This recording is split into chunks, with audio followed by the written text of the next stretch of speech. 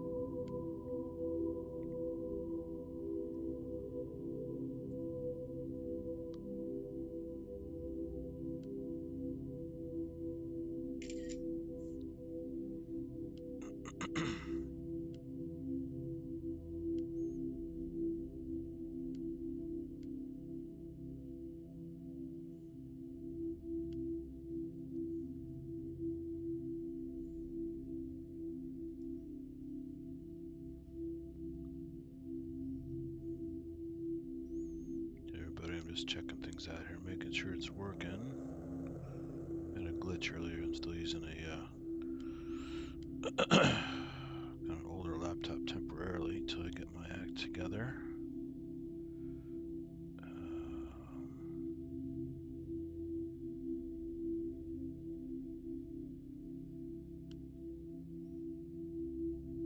think that will do it there.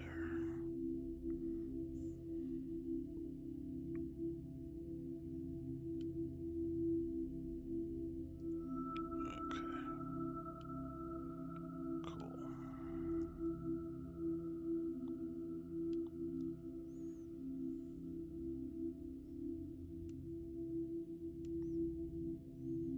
Switch back to this view.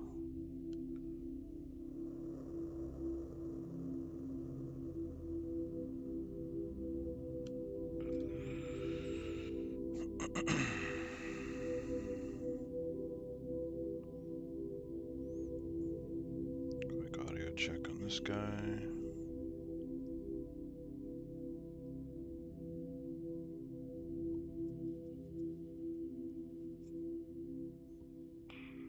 Alright, seems like we're okay.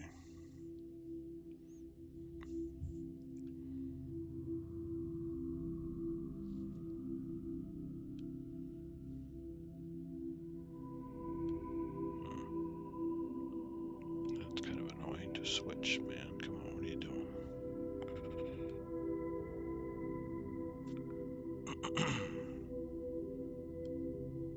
Come on, switch it. Yeah, sometimes the browser just doesn't want to behave. These microbes are much more reliable.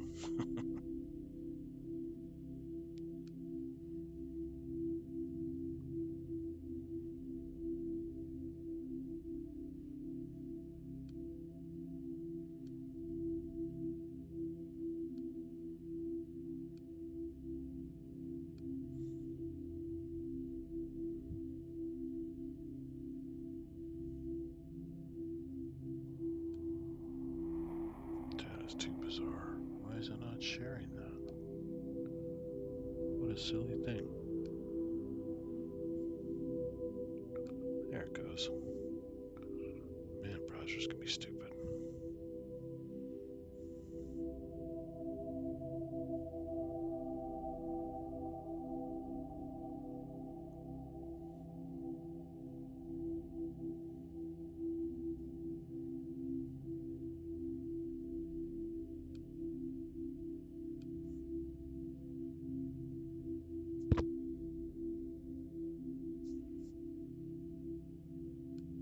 There we go.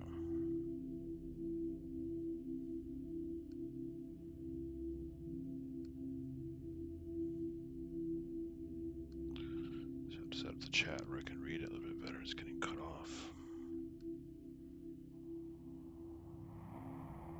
I think that will work.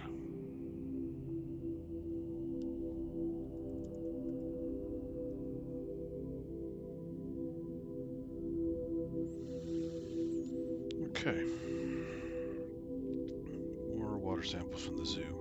One more shot before they're getting so old that they're no longer going to be very good. So to start on some diatoms here from sample 1 from the zoo. And had some tech difficulties getting this started, so this has been on for quite a while. So I may actually have a slide starting to dry up. Let's take a look around and see.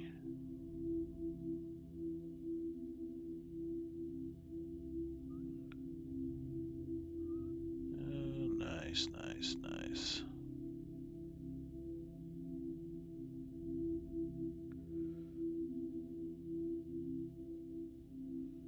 Got some little guys hanging out on this algae here. This is not a Silatoria. I need to actually look this one up. But this is low. This is about 100 power, so it's a pretty small filament of algae. Let's zoom in here. Actually, that's probably good enough for now. Let me leave it on there for a bit. I'm still having trouble with the next objective, the 400 power one, because I bought one that fits the scope, but it's a slight mismatch. The NA of the optics is off a bit, I think. So it's got a weird depth of field problem and focus issues. I need to exchange it for another one.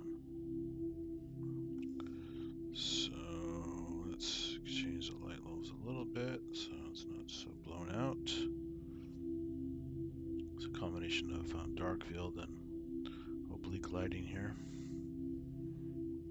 Welcome anyone who's new, and I'm sure some regulars may trickle in at some point. I am doing this again last minute and kind of late for North America, so we'll see if anyone is awake.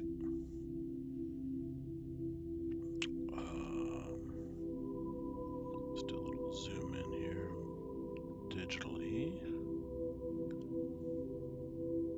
Actually, that's right, this new one I can't do that, I have to do it this way.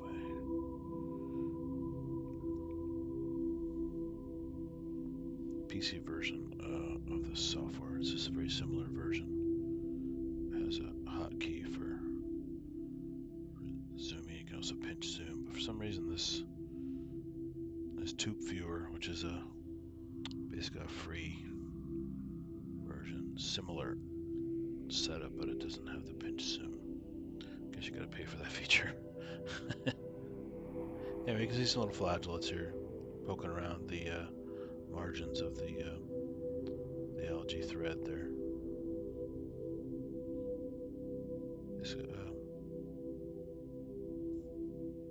I'll try zoom in a little bit more digitally and see if that helps.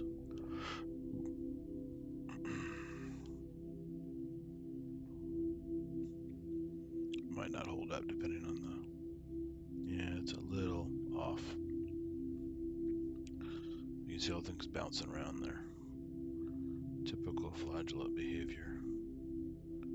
Take it back just as much, might be okay. That's not bad.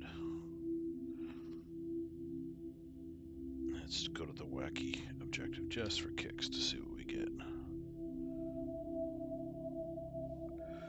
So we're a whole lot closer now. But I'm going to have some... There's a nice diatom right next to the algae thread. You can see the structure of the diatom. It's got that comb-like banding to it, like teeth, almost like a comb. And again, that's called the raphe, or raphe. Oh, we got a couple characters down here. That's kind of cool. A couple of kinds of flagellates. One is more elongated, and one is more spherical. Kind of stuck on that spot, bouncing around.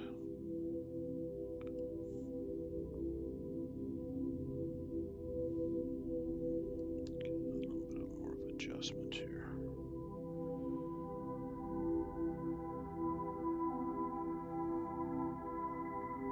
It's pretty good, actually.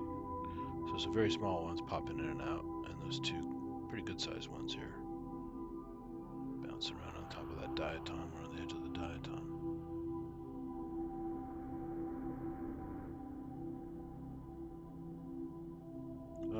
there's another one poking in there. Similar to the one over here that's, that one's a little more ovoid. This one will be swimming behind the algae, coming from the top down to the right. I lost that one behind. It's a little more tapered looking. But if you look at the cell, individual cells of the algae thread there, there's quite a lot of detail in there. Not a lot of motion. Oh, there's that guy poking out to the side again. You can see the flagellum kind of whipping about barely in front of it, almost like it's helping, like a blind person using a cane to kind of probe around.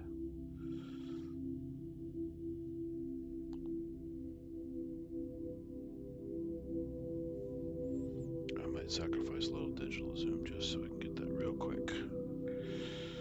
Let's go over here, you can see it. And get that flagellum. It's really hard to see it, even if you defocus it here. But the camera doesn't pick it up as well as the eyepiece does, but it's there. You can see it kind of, there it is, like a hairy projection, probing around in front of it. So it's used for propulsion as well as kind of feeling about.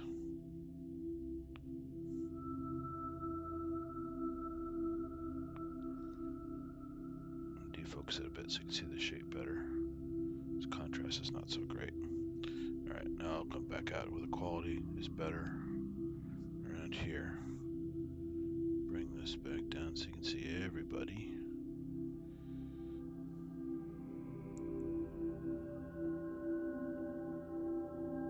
Let's see what pokes in there again. Anyway, so I was saying you can see structures inside the algae there. Lots of little vesicles. Several large, evenly spaced spherical things there. I'm not sure exactly what that is.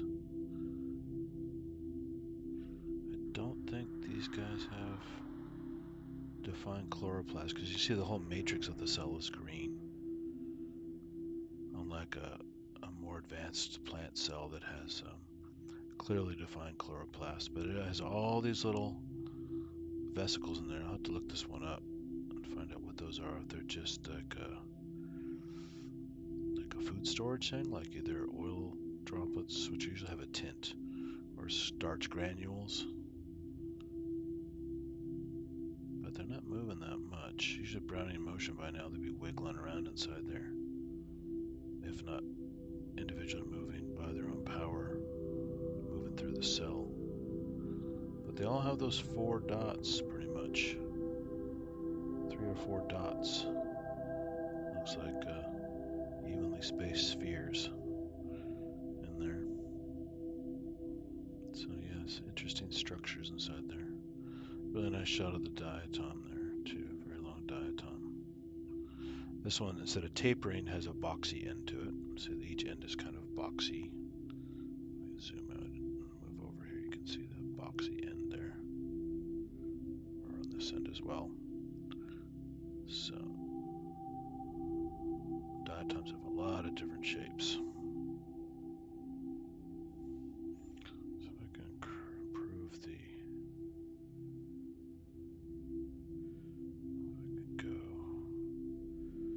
There you go, a little bit of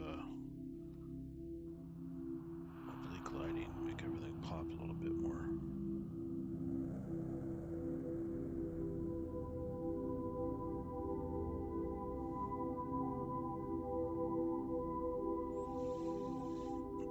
I still haven't played with my phase contrast optics yet. I need to do that because they'll give you something similar to this but better in a way, because it's these kind of glowing edges on things where you get really clearly defined borders on individual specimens.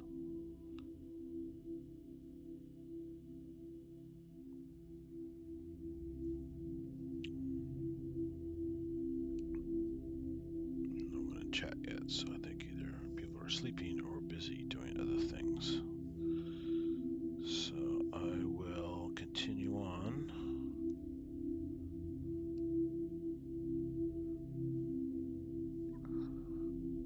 Let's see what we got here. Okay, now I can see some movement inside some of the cells. I think the oblique lighting helped quite a bit. You can see some of those little whitish dots are kind of moving around in the background there. We'll go to this guy. There seems to be some motion in this one in the center here. Watch the some of the white dots. They appear to be moving inside the cell.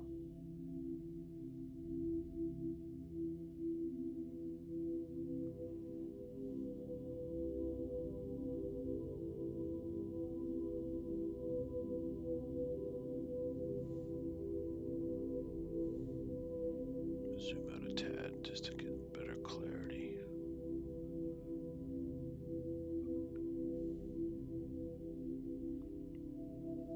So you can see the individual structures in there.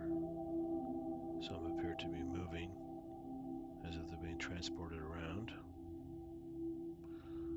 So the inner workings of the cell is very interesting. Slightly different as you go up the evolutionary ladder of as far as the development of these things, but the cytoplasm generally has a skeleton inside of it. It looks just like fluid, kind of randomly pumping things around and stuff, but there's microtubules and microfilaments. They're involved with not only mitosis but meiosis. So in sex cells, when you have the chromosomes splitting, making copies of themselves for reproduction. And then you have also various other things, kind of like a monorail. Imagine things moving along predefined tracks. So a vesicle will be moved along a microfilament or potentially a microtubule. Microtubule is usually for cell structure, whereas microfilaments are kind of cell structure and part of the transport mechanism for vesicles. So the freeways are pretty much invisible without really special techniques and high quality optics and even electron micrographs, stuff like that, which aren't real time for the most part. And oh, here comes the drawing of the cell. So I've had it on here for a while. There's the wavefront. So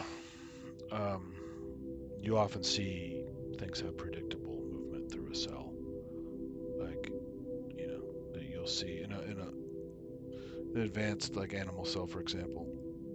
You'll have the Golgi apparatus for packaging and export. You have endoplasmic reticulum for some other kinds of packaging, protein formation, stuff like that, with ribosomes or without ribosomes. And vesicles are being kind of shuffled around the cell like a tiny little factory. So you have engineering, and you have manufacturing, and you have shipping and receiving, and et cetera, import, export, all that kind of stuff. So it's pretty interesting stuff. Let's see, this thing's so big it's going to block this wall of water along this whole line. So there's a nice little junction here. Oh, we got some other little flagellates here. But so far the wall of water has stopped the progress of this filament stopped the progress of the wall of water to scrunch down into a smaller space as the water evaporates. But it's not going to hold forever. What's going to happen is eventually you can see the bottom part is moving forward still. So it's going to pinch. It's going to eventually shrink until it hits another area. And with surface tension, the water's going to find a place where it can gather. Not that bubble, but way down here. Oh, here's a guy riding around the circle.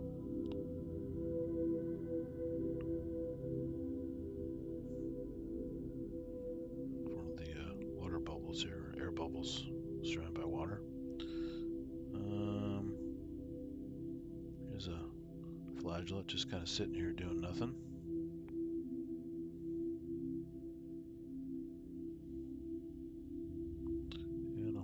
mass of little individual single-celled algae. They kind of look a little like Chlamydomonas. There's another one's kind of like this, Chlorella, but different size, I believe. And there are a few other kind of interesting things there. There's a couple things connected there. Oh, here comes the water wyvern again. Oh, there's a nice big flagellate. That might be, is that a Blepharisma? Got a couple guys here. It tends to have a nice big flagellum that's very defined as it whips around in front of it, very much like the probing, like a proboscis almost, poking out.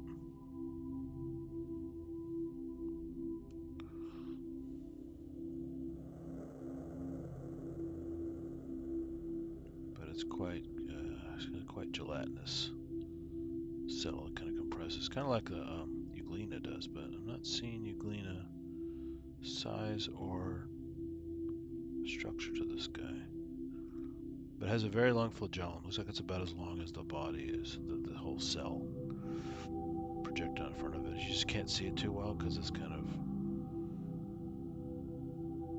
hard to focus on in this light and this angle. But it's hanging out there by the water's edge, about ready to get squashed. So most of the stuff is starting to collapse. There's that filament again, with another diatom next to it. It's like a little partnership there. Big old diatom. And again, all kinds of activity inside the cells there.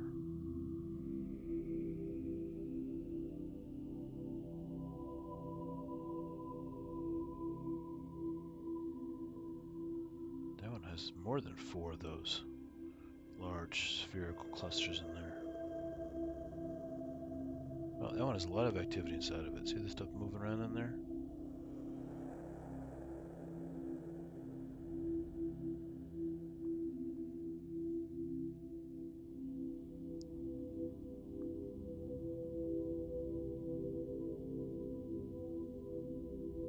Get a few last looks before this gets dehydrated.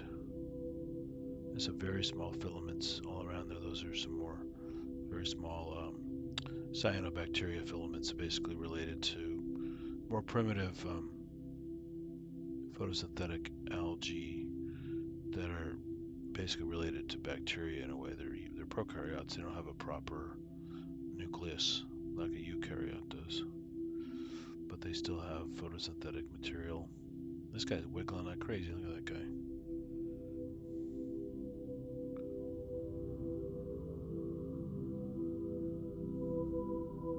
It's like someone's electrocuting it.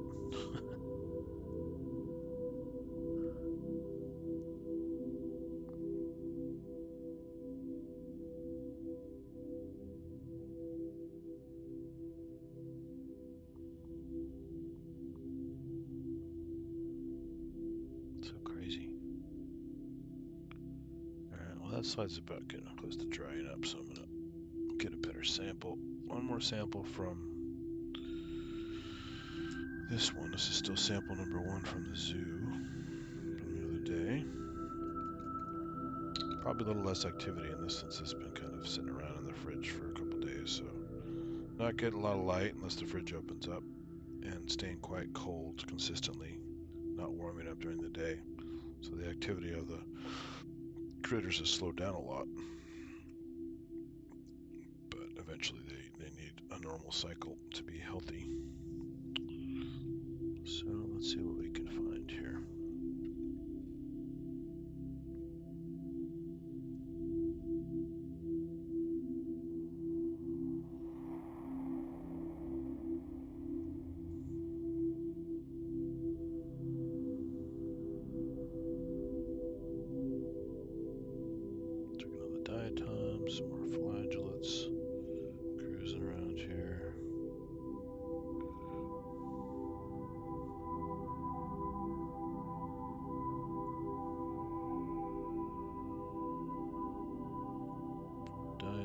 Also some junk around it.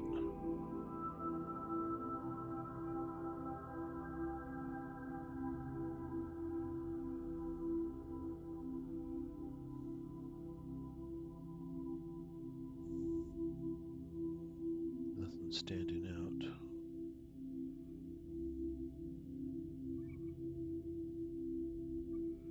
More plant debris, various bits and stuff.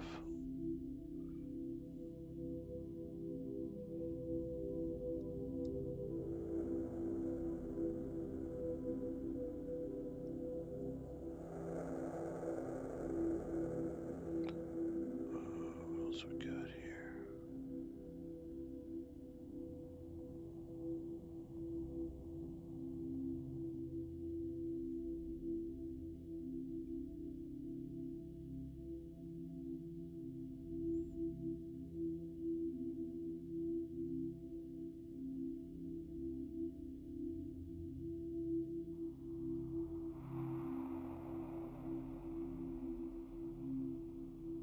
Alright.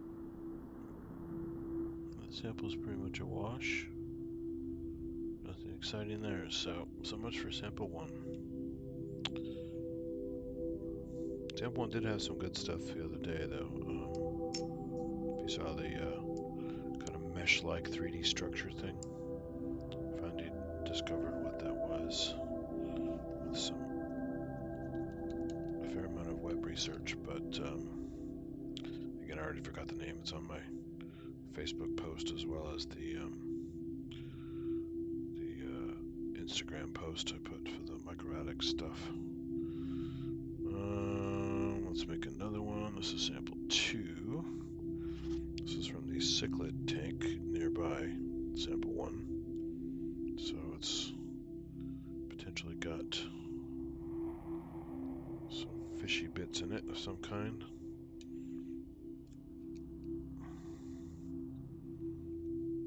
Either bits of skin or fish excrement, whatever it might be in here.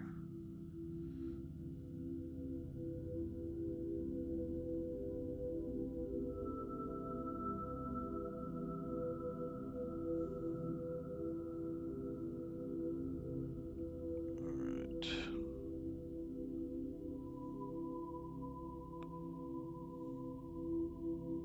Just following the, looks like I got a double cover slip here. That's crazy. Oh well.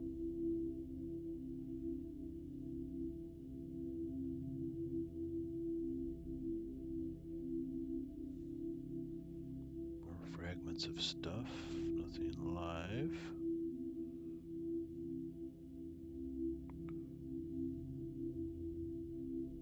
Some green bits here.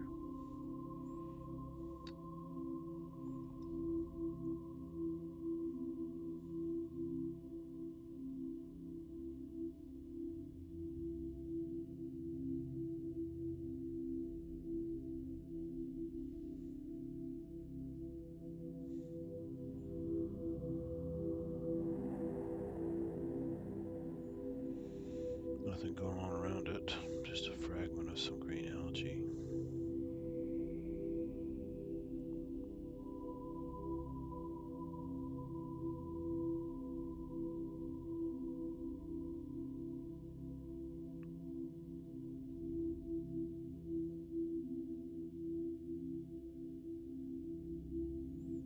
More green algae, looks like. Pieces here and there.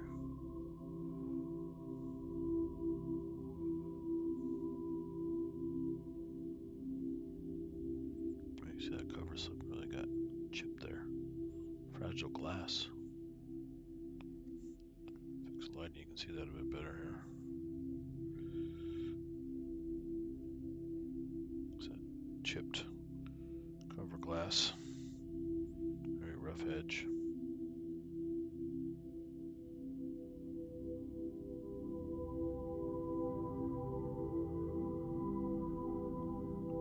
Chipped corners on the cover glass.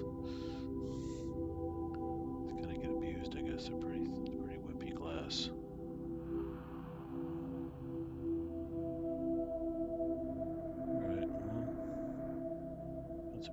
strange sample too, so let's move on.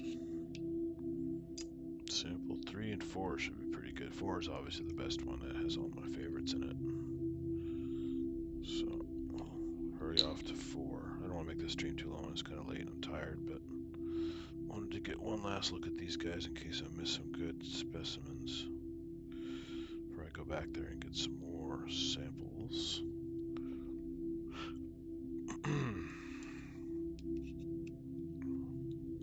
So this is the pool where the flamingos hang out at the zoo and some other birds. So it's probably a little fragments of shrimpy stuff in it that gives them their pink color. It has, various other things, but what's important is this water feeds the filter trap for sample 4. So sample 4 has like the best stuff because a lot of stuff gets caught in the microclimate of the filter trap. So whatever's not found in this sample often gets found and hangs out in the other sample. So it's kind of two different ways looking at the same stuff. And sample 4 always delivers if you watch the last few streams. Just insane amount of cool stuff in there. Sometimes all on the same slide too. I don't have to even make different slides. You can find 6 or 7 really cool species on that slide. And don't have to look around for them too much. This is pretty boring. Bits of material. Nothing really to check out. It's a little more wiggly on this one. I put too much water down. So if you put more than a drop or two on the slide, the cover glass only covers so much, and then the surface tension and the cohesion of the water bound it to the bottom of the cover glass, sandwiched between that and the slide. But putting too much water down, the cover glass kind of floats on the top, and you end up getting a less stable image as I move the controls around here. There's some little flagellates doing circles. Very small, hard to see, but you can see the movement there. Anyway, so best not to put too much water on the slide. If I'm in a hurry, sometimes I dispense too much water. So I actually bought this thing we used in lab a long time ago. They're really cheap now. You can buy them on Amazon. Called a MicroPipette Man or something like that. And it's essentially you dial in the perfect specimen amount or sample amount from your water samples or chemistry, whatever samples you're doing, not just biological stuff, but it's super precise. So you can dial in like, microliters, not just milliliters, which is your typical graduated cylinder you have in a lab. It's, it's usually about 6-7 inches tall and about a couple centimeters wide. That's about 10 milliliters of water. But you can go way more fine than that with this MicroPipette Man. You go down to microliters. And I think a drop of water typically, when it drops off a pipette naturally, is about 60 microliters. It's a typical droplet. I have to check the value again. So you can go actually smaller than a water droplet by setting the setting and forcing the air through the plunger, and it only dispenses what you dial in with this mechanical dial. It's actually pretty damn precise. It's pretty cool for like some of those $20-30 or a little bit more that you can do that when that stuff used to be just super expensive. Anyway, so I can now get more precise droplets if I want to for an even thinner water matrix. Now it's not good for big specimens because you need to be able to swim around a bit. You don't want to just trap them so they're just sitting there struggling and possibly getting squashed. So, but you can also make the depth of field much shallower by dispensing a smaller water drop and sandwiching it between the pieces of glass. This slide sucks, there's nothing here. So I'm looking forward to experimenting with that. Not just to have better control over finding the specimens, but they have less movement. And therefore you can study them more, and you're not constantly like a video game chasing around and focusing endlessly to just get a decent look at them. So that'll be fun. But yeah, it's also, like I said, it's also used in chemistry labs and stuff for dispensing very precise amounts of chemicals, solutions and stuff to the experiment. So they actually have a lot of uses. But we'll see how that goes when I get a chance to play with that. Is this cover slip nasty? Yeah, look at that. This came right out of the damn cover slip box. Straight. I mean, it just came with this film on it. These are brand new. I haven't even used these. It's just kind of a nasty microparticle film all over it. So I basically need to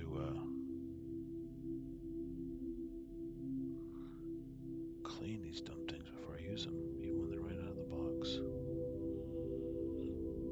Makes the slide looks much more busy than it really is. But you know what, there's nothing on here anyway, so it's okay. That wasn't really a waste.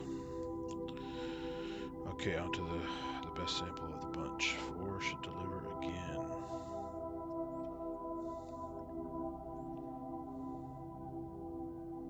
I'm going to go right to the bottom where things have settled before I'm not going to shake it up or anything. And see if I can get a huge amount of crazy things right from the bottom. It's going to be a fairly dark slide, but I'm just curious how much stuff settled. Yeah, that's a pretty dark specimen there.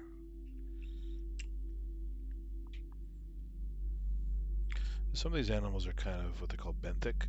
They're like going down to the mud or down to a rock surface or something. They're not free floating all the time or hanging out near the top with a lot of bright lights. And so it's nice to have having them sit in a vial for a while, let them settle out to where their preferred depth is, or at least preferred depth at the light level you give them. Some are up and down based on light levels if they're photosynthetic or whatever. But yeah, let's see what we got. Oh yeah, there's all kinds of stuff. And this was a clean cover slip. That's just a lot of stuff. Whole lot of stuff. Yeah, look at that algae. Nice. Nice, nice, nice. Let's fix the lights a little bit.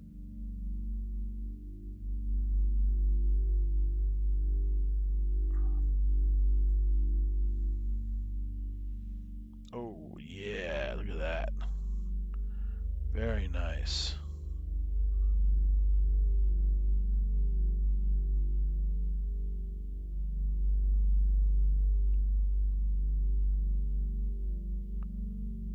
Right off the bat, got some really good stuff. There's a nematode there. This big guy here, I'm still trying to figure out what that is. It might be a spirostomum.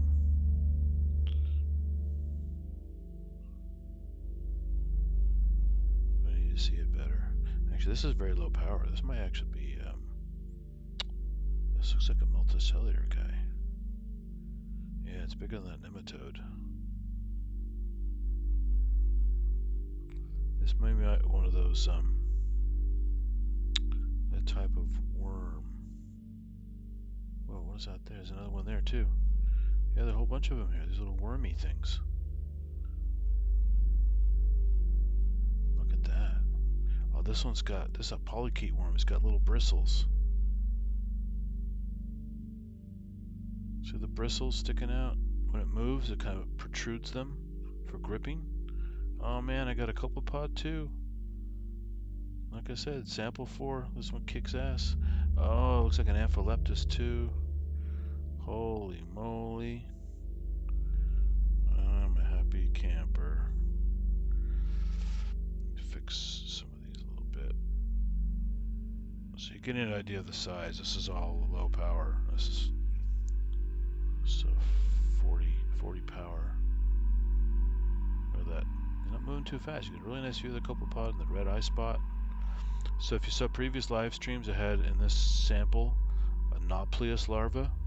It's the same jerky motion this guy has because it's the same animal in a larval stage. This is the adult. Same kind of jerky motion. And there's that guy again. I've seen these a lot. Very nice.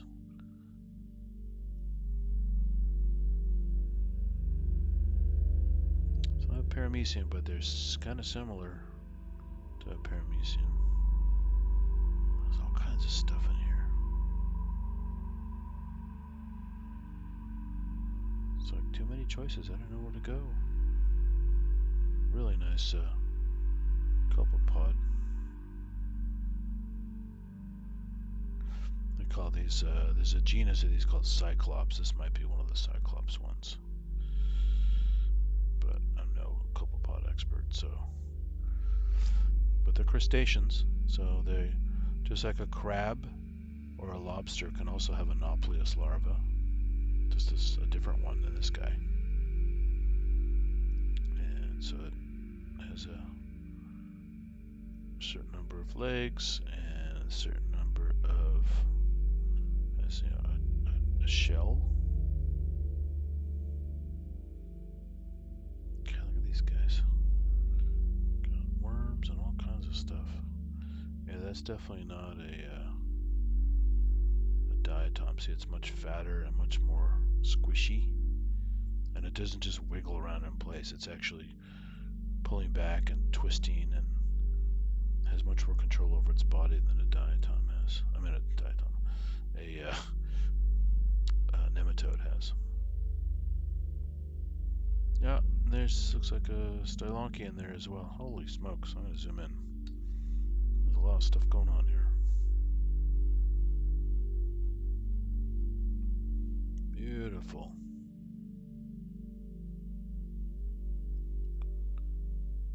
That might actually be Euplodes jumping around on that guy. One of those guys. So there's the thing. I think it's an Amphileptus or one of those relatives. Kind of a bowling ball shape. Has a kind of long, flexible top part of the cell, which is like a neck. It can stretch out.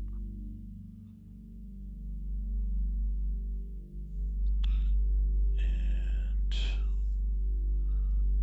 what else we got here? Sorry, I haven't checked the chat in a while. I'm not sure if anyone showed up yet. As you can see, I'm totally distracted with this slide. This is a killer slide. And there's looks like a rotifer as well, right in the middle there, poking around.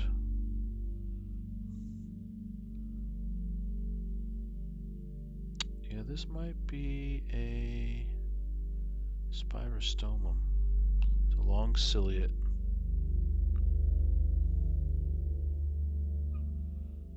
Tends to have this kind of void at the back end where it's like there's not a lot of stuff there. A lot of stuff concentrated in the body toward the middle and toward the front. But look how flexible it is. Very, very flexible. Fix the lighting here. It's a little. Needs a little more contrast. I think that'll be better. There we go. So you can see stuff is all the different levels, a lot of focusing to go through all this junk, but it's a smorgasbord of critters here.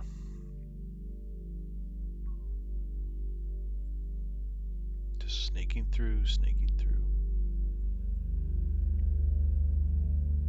Let's go down here. What do we got here? That's an interesting structure there. There's one of those guys I see all the time, and I don't know what it is. There's another one of those. I think it's a Spirostomum.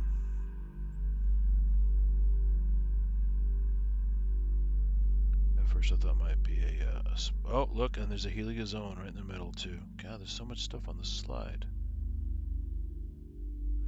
Heliozoan is a amoeboid with inside of a shell. And you can see lobes Sometimes it sends out little lobes of the membrane out through the shell. So it's, if I can get a better exposure here, you can see the spines there. There you go. Heliozoan, I mean, that's basically sun animal. It's like the translation of heliozoan, because it looks just like the sun with the rays of the sunlight. But it's really hard to. Let me try white light, a bright field here. That's a better view of the spikes. And you can see it can move around. So it's a sarcodyne, like an amoeba is. But it's an amoeba basically inside of a shell for protection with those spines. And it can send out little lobes, like an amoeba does, of the plasma membrane in different directions. It can change the pliability of the membrane to make out these little, they're called pseudopods, which means false foot. There's a whole little collection of guys here. Look at that. Really nice. This looks more like a, yeah, this has all peristalsis going on. This is a multicellular guy here. This is one of those little wormy things, I think. Oh, I could be wrong. Look at the cilia. God, that's wild. You don't think of ciliates having peristalsis, but it's got that whole, as it's ingesting, you can see the thing constricting like that. Look at that. It's bizarre.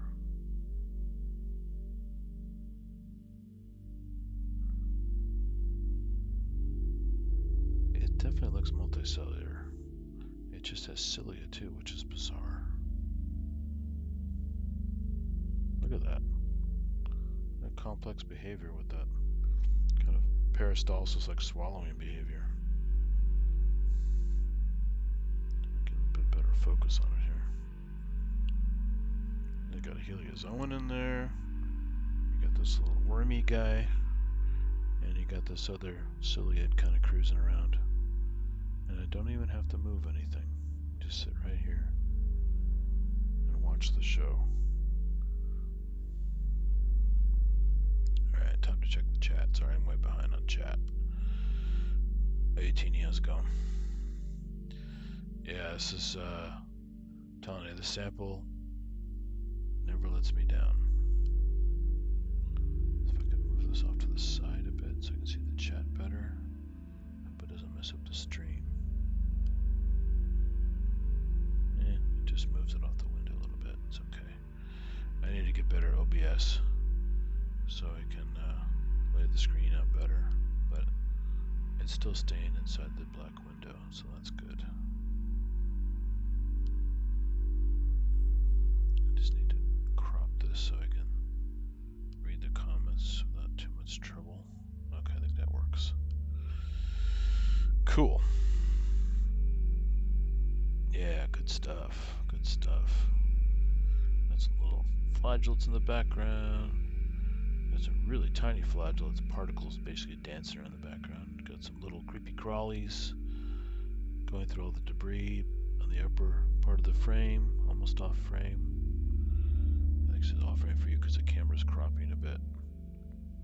But the heliozoan is bopping around. And that ciliate's coming through.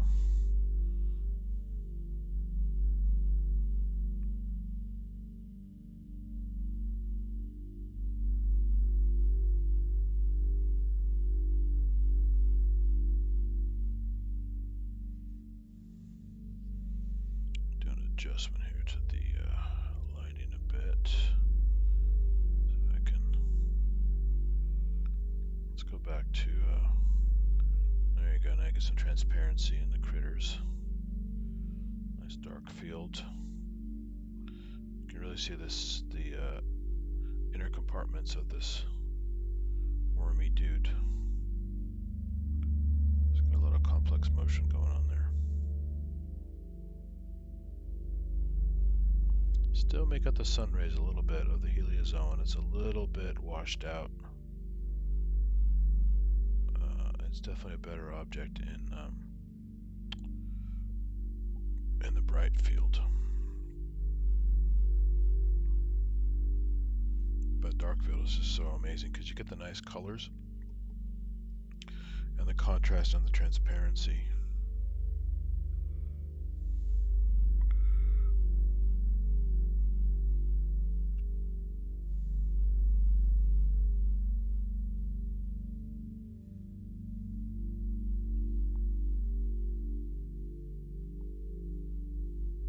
Hate to leave, but so much of the stuff on the slide clearly because I just found these like in the first 2 minutes of looking at the slide. So let's poke around a little bit more and see what else we can see here. There's another one of those big ciliates. We got lots of algae here. Another debris. Big old diatoms here and there with stuff hanging off of them. Lots of tiny little guys poking around the crevices. There's a couple of these big guys. Nice, nice. Got some algae there and some diatoms. This is probably pieces of those shrimp bits. So it's like kind of that pinkish reddish color that makes the flamingos get their color. There's a little Stylonkia. Those are always fun. Nice spikes coming off the back and sometimes from the front. You get the right view of them.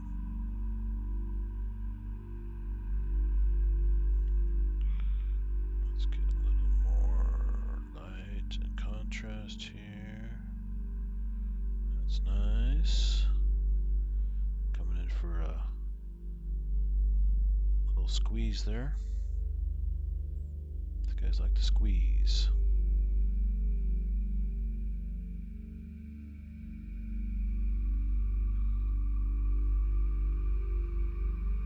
More little guys poking around.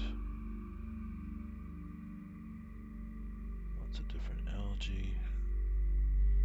More clusters of stuff.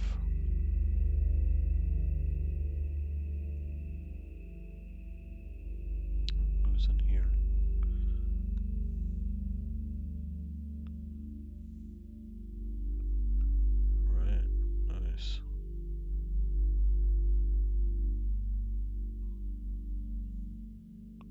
So no amoeba yet, but I have found them in these samples before.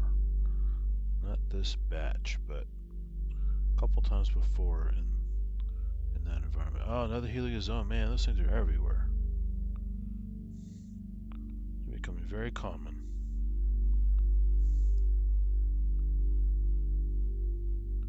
Hey, Tina, don't worry. Just drop in whenever. I'm late starting the show, so no one's more late than I am. I'm just kind of impromptu doing these things.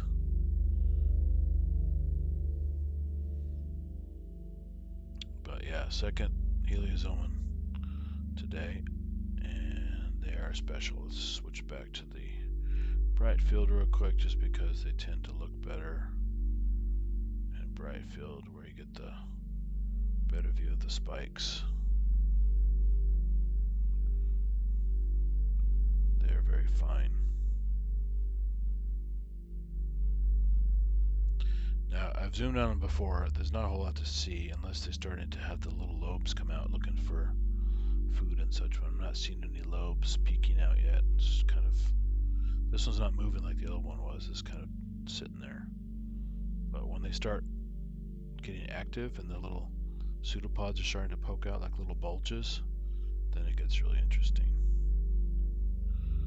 So let's try, you can see the spikes there a little bit, but then everything else is kind of boring. So there's this whole balance of brightness and contrast to make it look nice. Let's see. Keep looking, keep looking. Oh, Vorticella. Oh man, it's a whole cluster of Vorticella. Look at that. It's a chorus of Vorticella. All connected to this little piece of junk in the middle. That's their anchor. And see the vortices on all sides as they're pumping, pumping, pumping. Try to get a lower magnification view here so we can get a better cluster of Vorticella. All doing their thing. See the little, there's a nice view of the coils as they retract and expand. They're still kind of coily, like a stretched out spring, even when they're fully extended. Yeah, these guys are fun. This is like a screensaver. I can sit and watch these guys all day. The stuff's swirling around. They're bopping around on their little springs.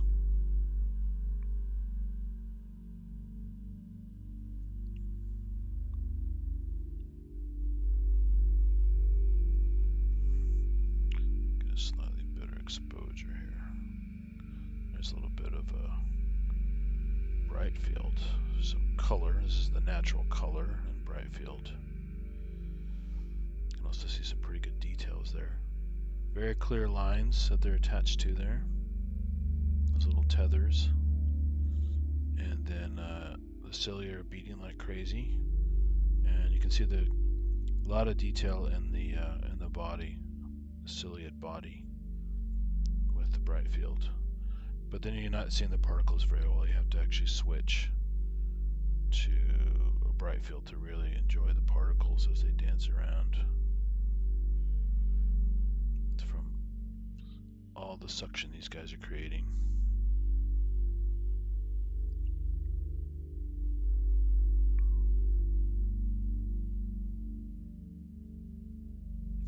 And those are all, I mean, we can see them very well because they're actually too big. You're not seeing all the stuff they are eating. It's not being rejected. All this other stuff bouncing around is all just too big for their little quote-unquote mouths, because these are ciliates, so basically they have like a gullet area. They bring the material in, and then part of the cell membrane envelops and forms a vacuole, a food vacuole, a little vesicle that travels to the part of the cell where it gets processed, like each little micro stomachs essentially. And once it's done with that, then the vesicle dissipates and the debris gets handled and becomes, waste products of some kind and goes from there. So, although they're very different than we are, we all have similar processes. We just have a much bigger scale process with our digestive system.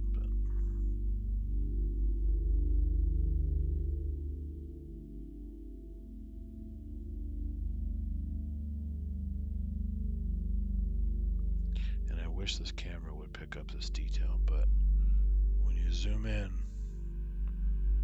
or just the magnification I'm at right now through the eyepiece, you can really see all kinds of little sparkly particles dancing in the cell as it's the cilia are beating, but also all the individual particles and vesicles that make the cell do its business are all cycling around. It's really, really beautiful. But unfortunately, your eyes are way better than a camera, so you have to use your eyes when you get a chance on a real microscope. My new camera will definitely help with the imaging of this, but the eye still is pretty impressive picking up these details.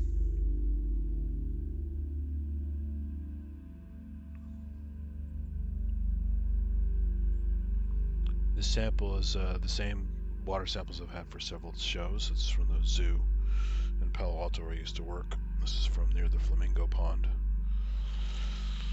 And it's just the right conditions to capture things, forms of microclimate where things like to hang out. So there's always good stuff in the samples compared to the pond itself, even though this is water filtered from the pond. And just because this is never enough, I'm going to zoom in objective. And you see what I can see.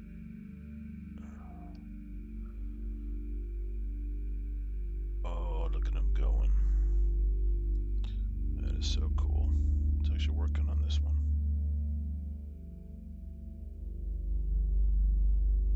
See him dip in and out of frame as they... You can filter you can focus through quite a bunch of them because they're pretty thick. And they almost always go back to the same place. Let's go over here where there are several at once. It's like the Three Stooges.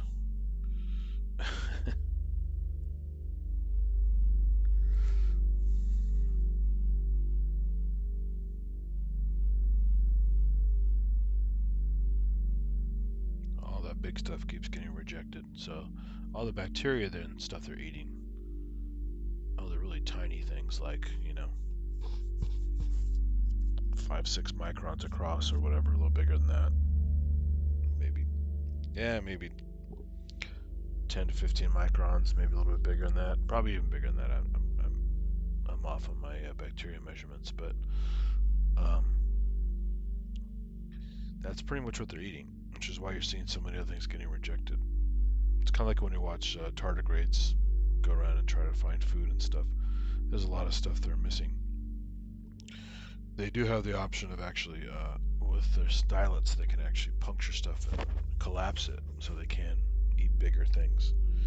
Kind of suck it in bit by bit. But these guys are basically filter feeders, so they really have a choice. Just basically size rejection or acceptance. Just like a clam or a mussel will do on the large scale. Let's go what these guys are doing over here. These are both at the roughly the same focal plane. Can you see the particles dancing around inside there? It's really impressive. So much activity.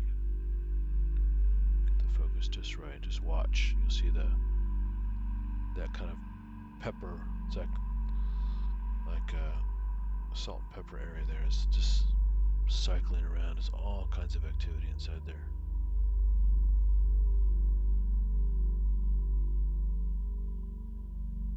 And you can imagine these guys have a lot of power needed to get these cilia to constantly go, and also to fire off that recoil mechanism in the stalk. So they're constantly go, go, go. They're not a very, definitely not a lethargic cell.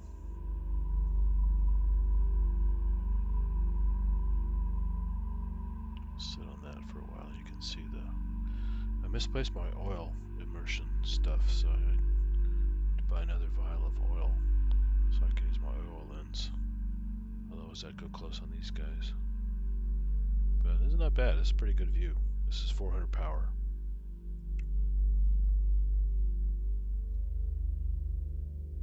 To get a little more of the particles coming and going. And let's go back down to this guy here. There's a solo one out here making a lot of waves. Again, you can focus through quite a bit. And some of these guys, the different species I found, the way they open up appears to be a little bit different. There's some kind of lobes that kind of overlap as they envelop the tentacles for protection, or when they unfurl them for eating.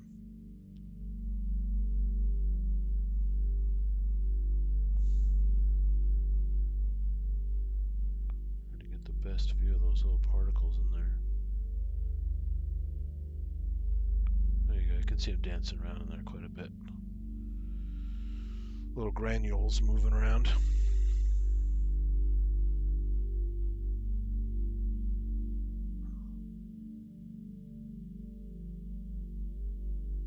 And there's definitely an order to the movement if you watch them enough.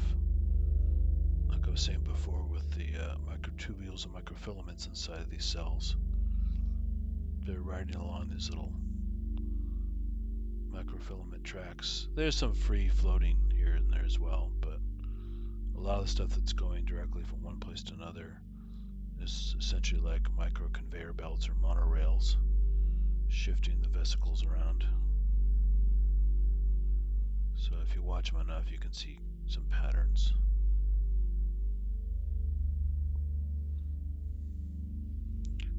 Fix this a little bit more.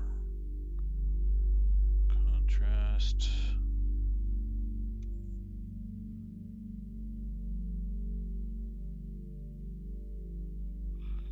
There you go.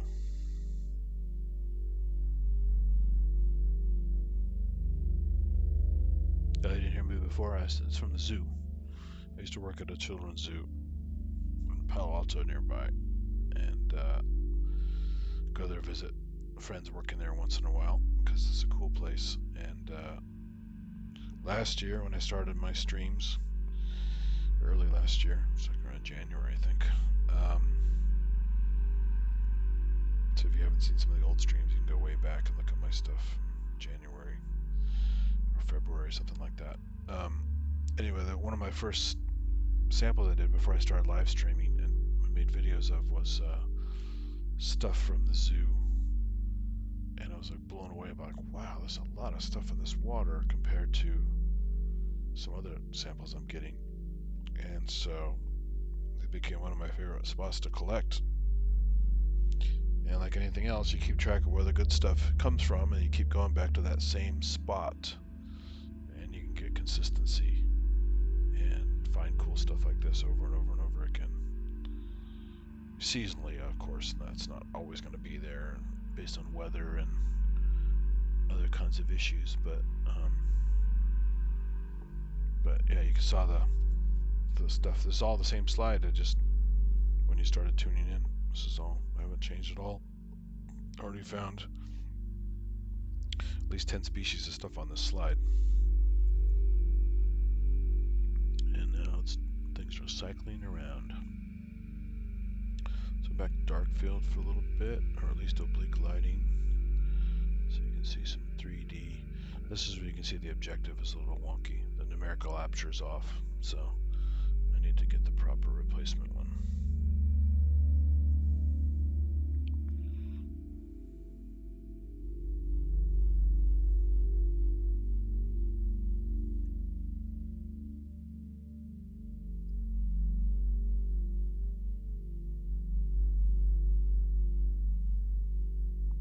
Lots of things happening.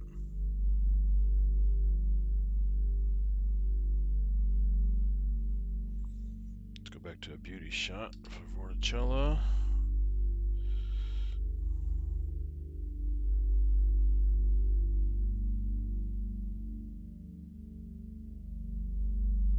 So, bright field shot.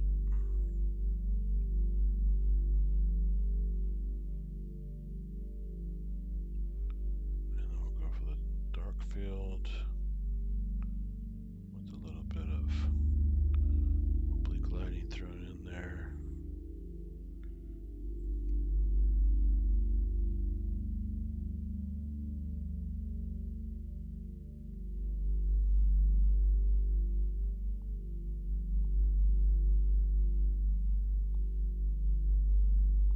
Very nice.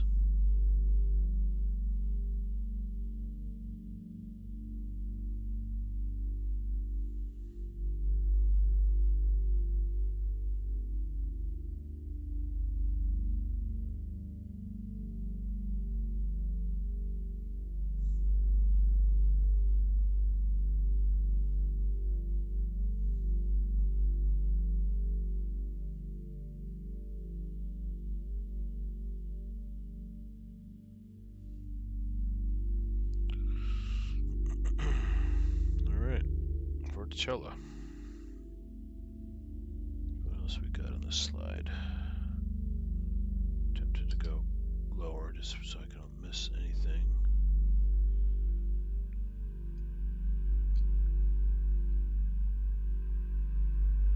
So that's low power. So you can see Vorticella pretty big. This is 40 power, so can't miss these guys. You either find a cluster of them, or even if you find just one of them. You see those stalks, and you see them bouncing around like that, and also look for the debris field as they're circling stuff from creating little vortices with their cilia. So you can either follow the trail. I've done that for rotifers too. Follow the trail of particles. Oh, there's a rotifer. What's we got on this slide here? There's a lot of stuff.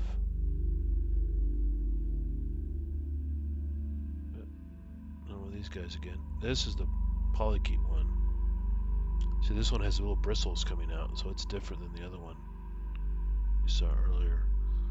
Right when it wants to move, the bristles pop out.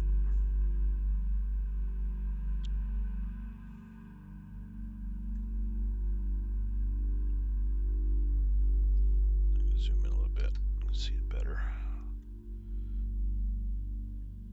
So let's see those bristles. So right now the bristles are sticking out, and then when it navigates a little bit, wants to move, I retract the bristles and then stick them out again for leverage. Oh, now it's going off screen. It's getting annoyed by this other ciliate. So yeah, you can. There's a lot of structure here compared to a unicellular. This is definitely a multicellular critter. All kinds of stuff inside. You see the digestive tract, those bristles. Really interesting.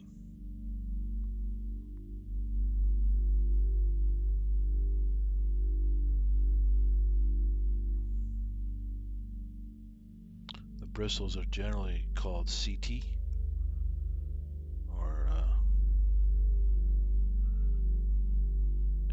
it depends on the species, but generally they call them CT, compared to ciri in the thickened cilia, leg-like structures in a ciliate. These are called CT, little bristles. But I think this is the first time I've actually found one of these. I've seen videos of them, pictures of them, but never actually found a live one doing its thing with the bristles. It's pretty cool to watch them retract it and then poke them out when it's moving around. But yeah, it's got all, God, look at that inside the gut. That is so cool. Let me get a bright field shot real quick just for reference. So I have one. To the natural color, there's a little bit of tint, not too much. Those bristles really pop in the bright field. But then if you go in, look at the gut going crazy here. This is the fun part. Right down here.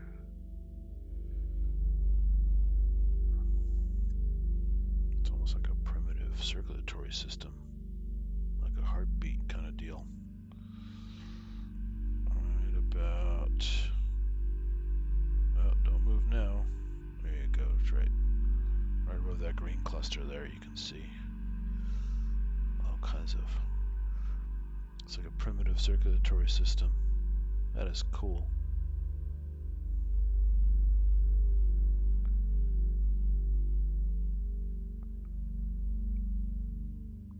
No, don't retract. I'm observing.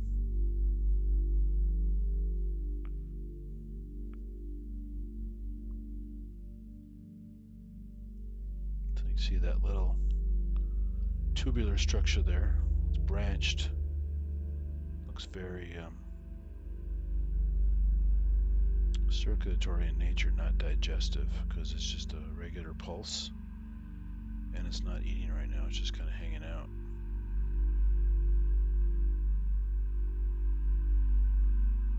Let's do a dark field on that, it should be interesting. Or oblique, yeah, the oblique really shows it well, look at that. Nice kind of 3D effect of the tissue in general, but also that whole pulsing area. That's really cool.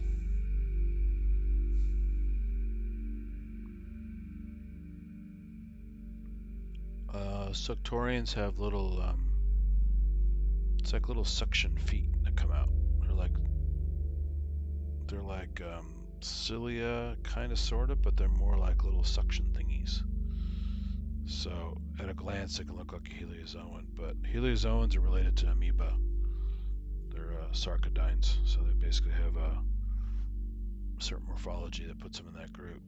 Heliozoans are, I think, in a totally different group. I don't think I've ever found a heliozoan. I've definitely seen plenty of pictures of them and videos of them, but never found one personally to look at like this. But look at that stuff inside there. That is so cool.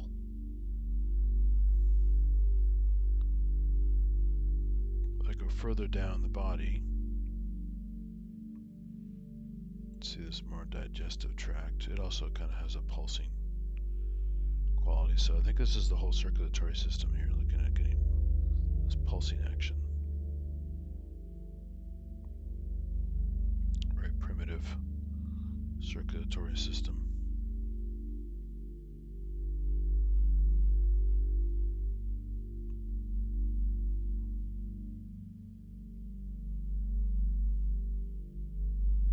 But since I've never seen these guys before, I haven't really had a chance to study them, so time to do some reference material on this guy. It's really interesting.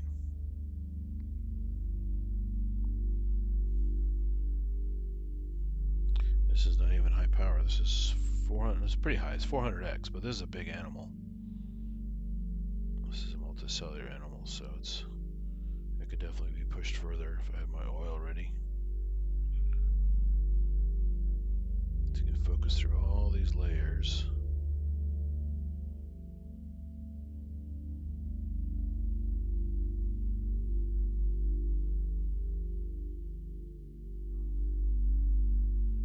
I don't know if they have an eye spot or any kind of sensor or not. Some of these guys don't. I don't see anything that stands out. If they're going purely by chemosensation and pressure and stuff, then they wouldn't need them really.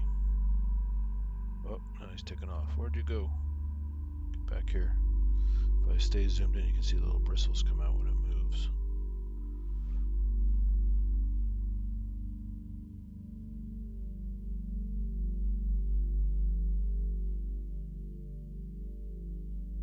So there's basically the head.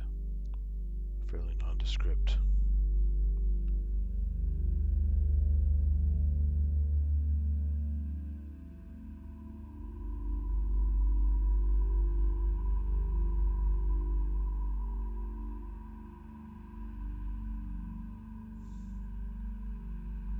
Yeah, it's really cool. You can see basically like the equivalent of an esophagus there going down to like a little stomach. Whole digestive system right there.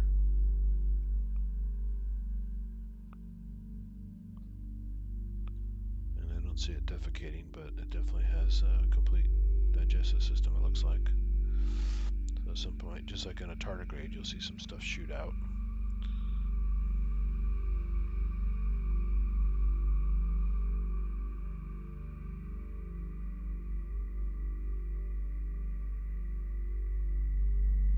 There are the bristles. Hey, bristles. Now watch them put them back.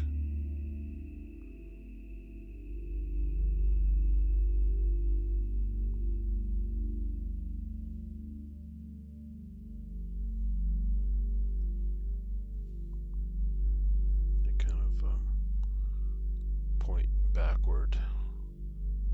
And I think they retract them. Maybe they just go flat against the body. I thought they retracted them.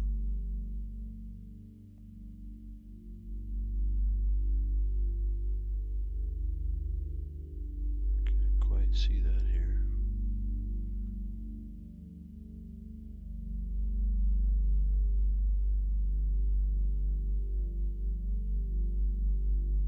So yeah, a whole lot of detail inside. Really cool. Let's try a dark field if I can on this one. Oh, this object doesn't allow it. I have the wrong setup. I'll just have to stick with, let's go back to bright field. That's also very nice. There are the bristles again.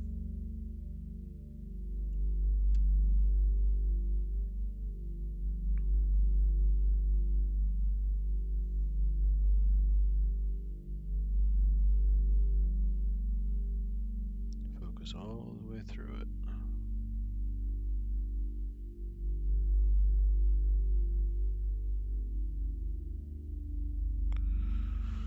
What a trip.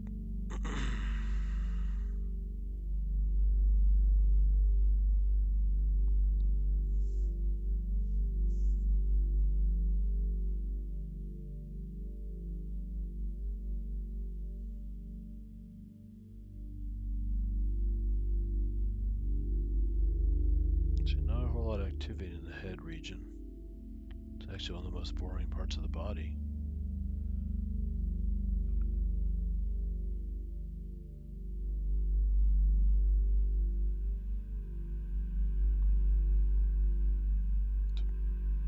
This is probably the coolest part here. You got the junction with the digestive system. You got this little primitive circulatory system. And then you have your bristles popping out somewhere along the side there.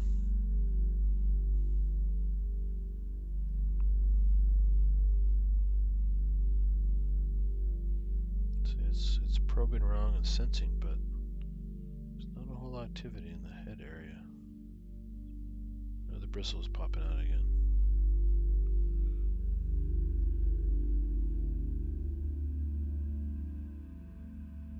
There's a shot of them. Very clear bristles there. Looks like they're paired per section.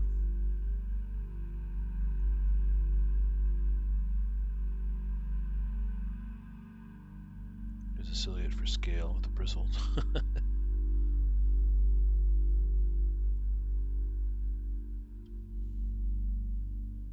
So much fun.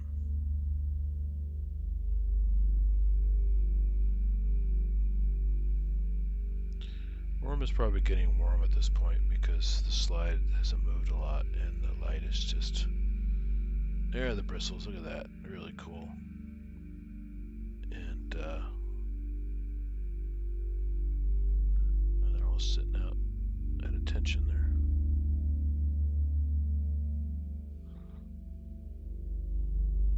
It's funny when it chooses to put them away and when it chooses to leave them out.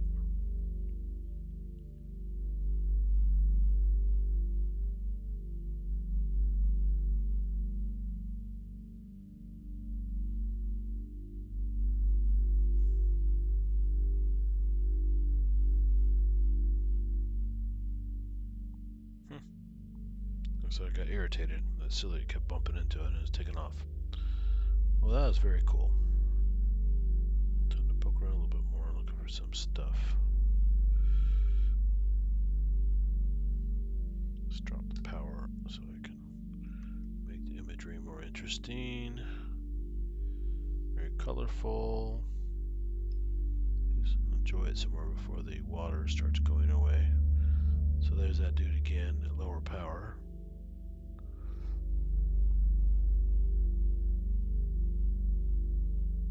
Interesting. The heliozone's getting squashed by the air bubble. That's the first time I saw one get squashed. Thought that was a pretty rigid structure, but I guess it's not. It's fun that you can see the bristles penetrated the air bubble a little bit. Some little spikes inside the air bubble.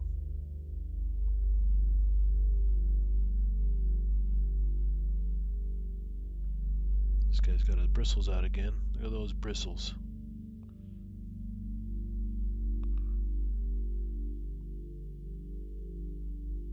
Yeah, now you can really see the mechanism of the bristles. That's cool. Oh, there's an amphileptus right next to it. Yay! And a rotifer, all in the same shot. How cool is that? These guys are beautiful.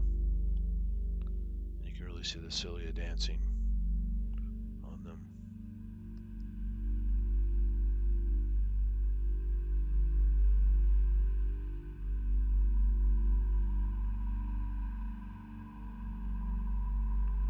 And he's going to touch the rotifer.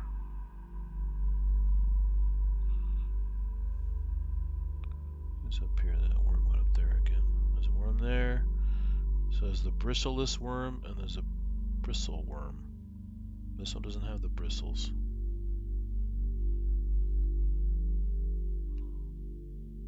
they look similar in lots of other ways. This one definitely has a different gullet, different structure to it.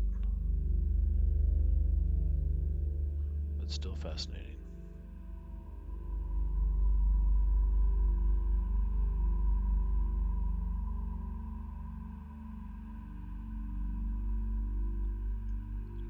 Exposure a little bit, missing some of the details. Poking around. There's that little ciliate again. There's the amphileptus. There's the rotifer. Whoa! And the bristles going bonkers. About the same length. The same. Can't quite get them in the same frame there at this power.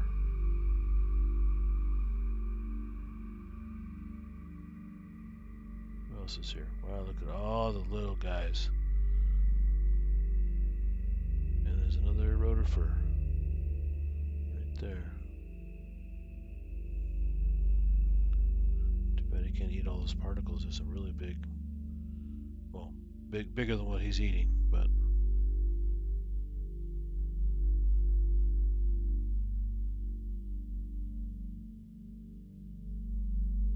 nice.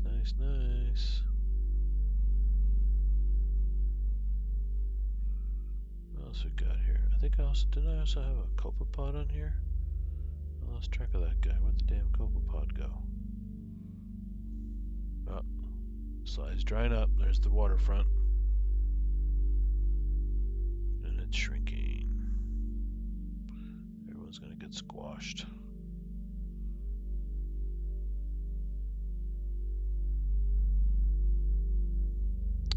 I think that might be an anabina there. That algae filament off one of the diatoms there. It's very distinct.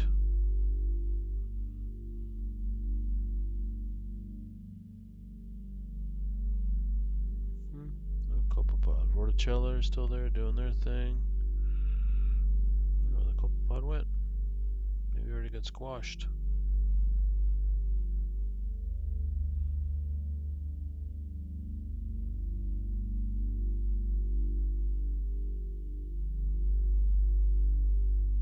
Ooh, nice. There's that guy again.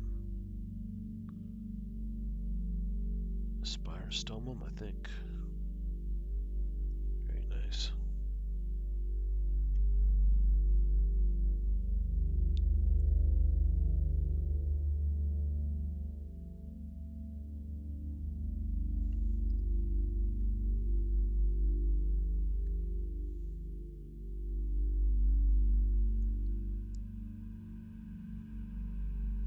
This guy gets kind of squishy. One of those guys. Lots of little things. Diatoms.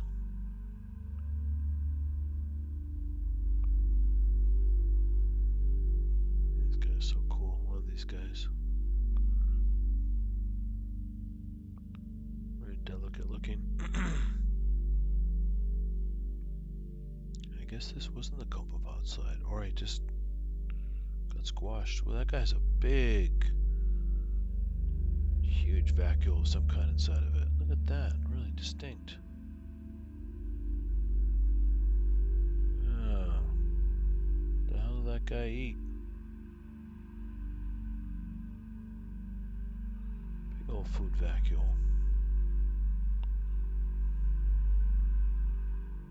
Yeah, no copepod. Huh. Maybe he got stuck out here in the... Oh, he got stuck in the nether regions. He's barely in the little water jacket. He got outside. He squeezed outside the cover slip and got squashed by the wavefront into the cover slip. That is bizarre. Still alive, but like pinned there. He's not very happy. Still moving. Still see a little red eye spot there. But yeah, that's what happens when you travel outside the cover slip and then the water comes in.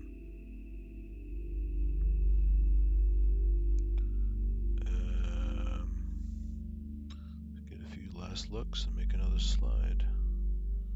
There's a great collection of stuff.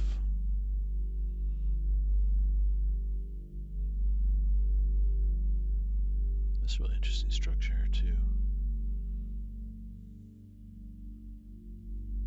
This might be part of the shrimp antenna system here. Very distinct.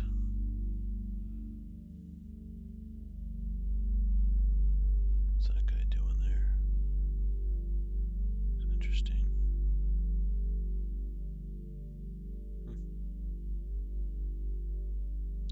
Yep, everything's starting to get squashed.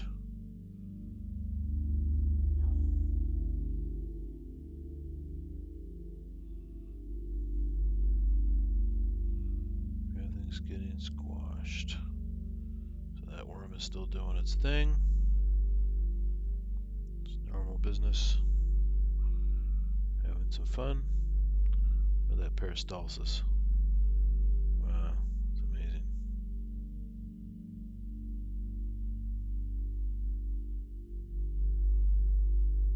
What a trip.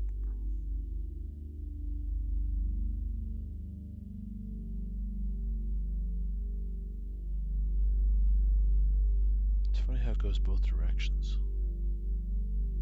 I guess in case something gets stuck. Or it could be part of how it helps to digest, is to keep squashing the material inside.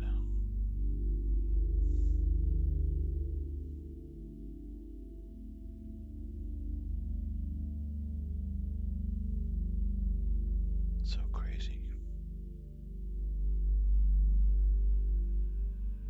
But yeah, it has cilia as well, which is bizarre.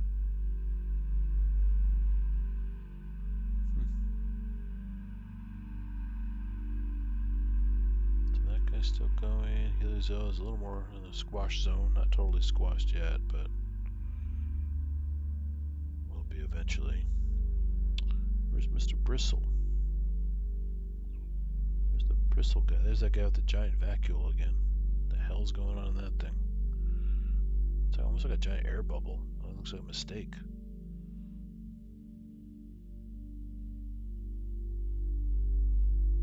Crazy. It's the Bristle.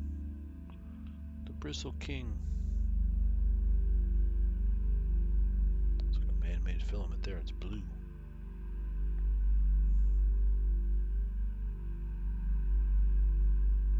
Oh, there's this guy again. But no Bristle. I don't see the Bristle guy.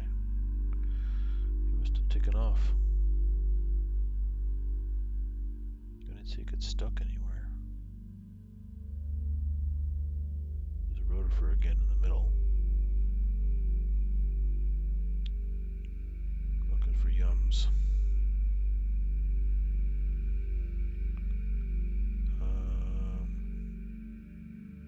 These two are, there's a good size comparison of these two. So one is single cell and one is multi-cell. And imagine these are like the rotifers, are probably at least 1,000 cells. Whereas that's just one big old cell there.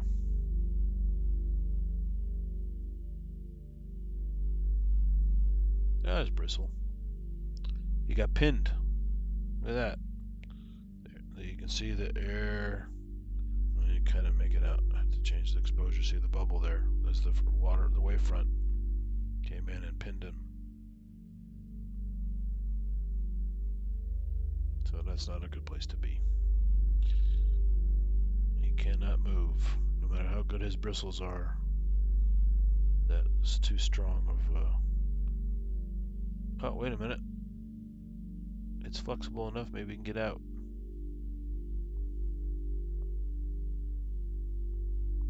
But that poor little guy's got a little chamber. He's stuck between all that debris.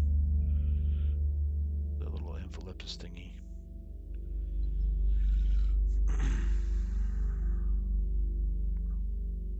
This is when it gets dicey and on the slide.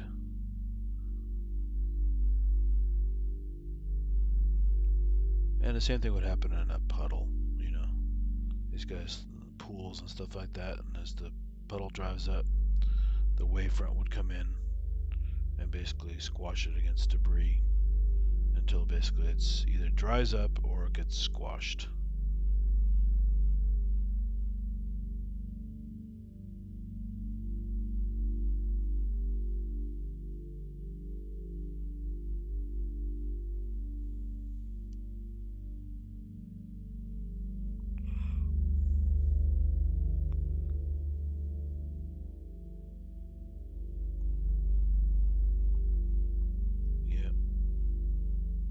Marches on. There's the, see the water still moving, that particle above there, a reddish particle. It's a reference point. So it can't move because the worm is holding it back. But that other part above is free to move. And that poor guy next to him is getting a smaller area to be in.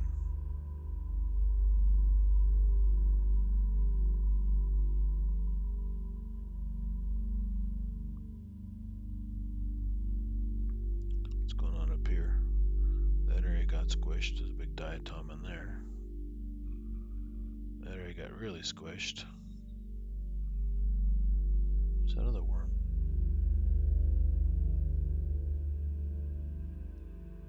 The other worm was bound to one of these areas.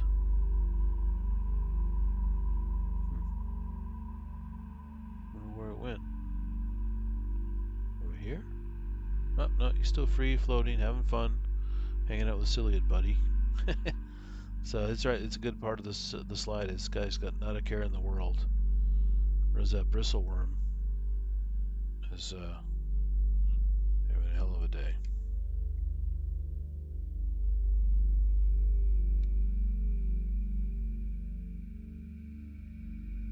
But here comes the water. Right, change this, you can see it. There comes the water.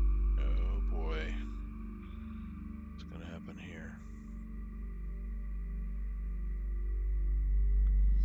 What's gonna happen here?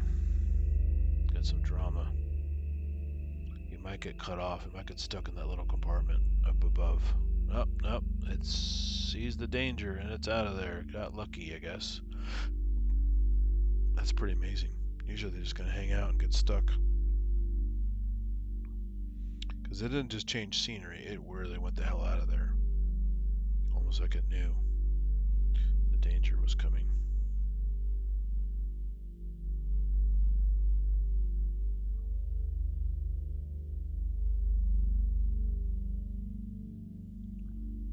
Because while it's over there, this poor guy, oh, he's gonna get stuck. The rotifer's gonna get stuck up there, and the ciliate's gonna get stuck. That's got a big old air bubble inside of it. I've never seen a ciliate ingest an air bubble like that. That is a trip.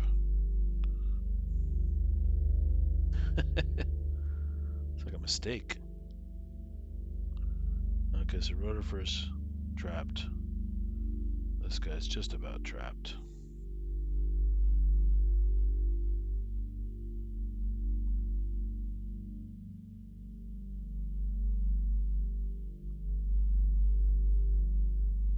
This dude is screwed. Oh, he's in a little compartment now. Bristleworm is he's got a little compartment, but that's all he's got. He can't get out of there.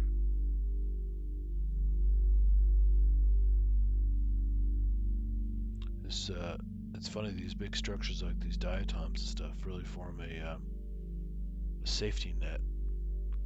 Keep the water at bay until it really starts to dehydrate. See, it's coming in at the bottom. Yep. So now the diatom is going to be the bounding zone for this guy. And this is just going to shrink further and further and further. So this guy has a few places to go.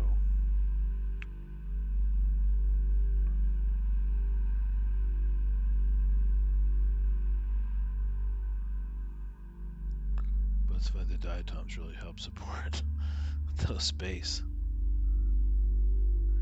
This one here is getting smaller, but it's still doing okay.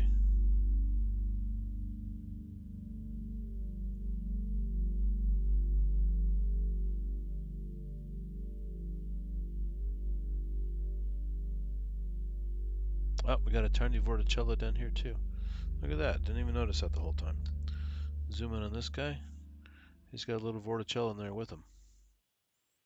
Just a single Vorticella.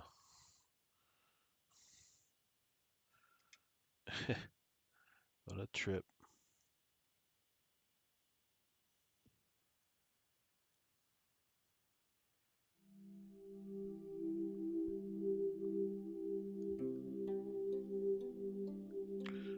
Little Vorticella. So it's having trouble. It's pretty squishy, but it's having trouble finding a comfortable place to stretch out and do its business. And that water is now moving in further. So now he's accosting the poor Vorticella.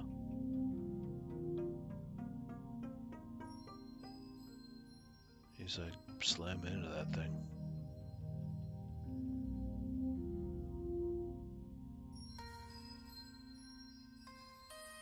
Here's a Vorticella right there. He's got a different focal plane now. He kind of figured out a spot where he can stretch out above that guy.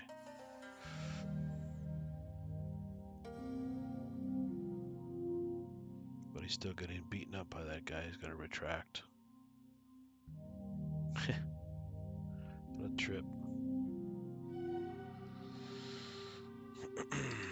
Back out. Let's see the mayhem here. It's getting smaller and smaller. Everyone's getting more and more trapped.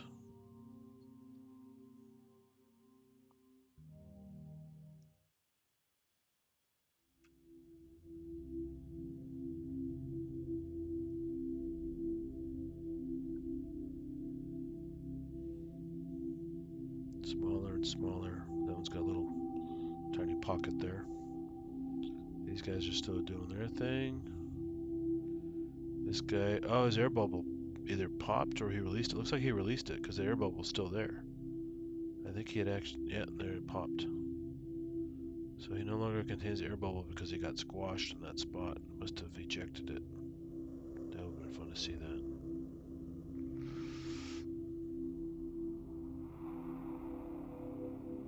Crazy ciliate. Eating air bubbles.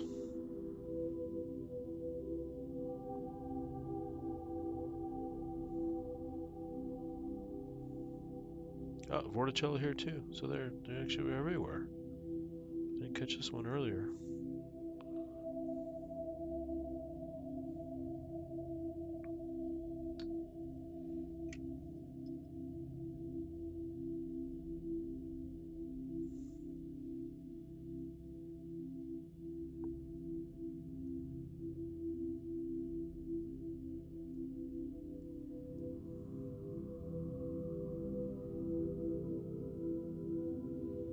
So they were all over the slide. I just found that cluster before.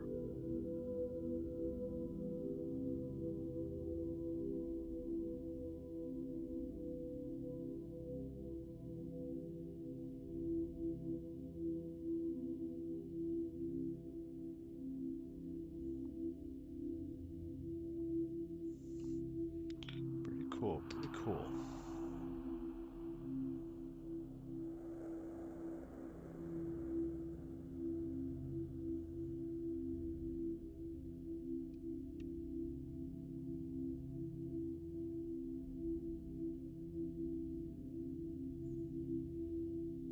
Who else is here? So it looks like the big worm got out. Let's cruise around over here. Yeah, it's still over here, like nothing happened. What a good old time.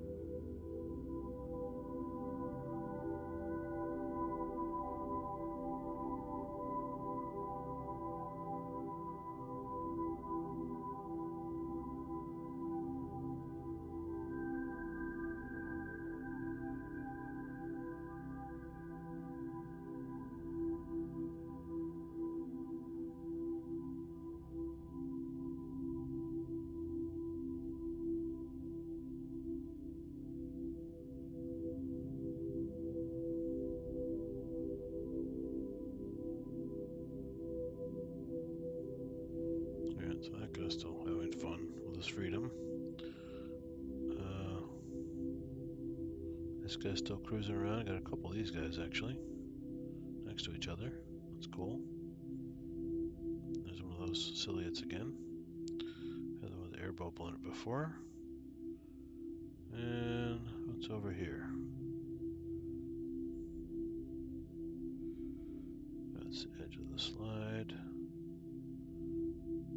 Yeah, poor copepod didn't make it. It dried up over there.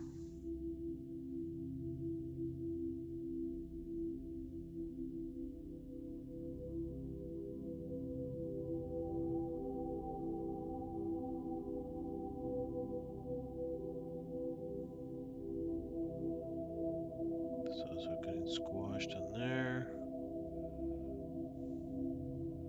That guy's got an even smaller space to play in now, since he lost his air bubble.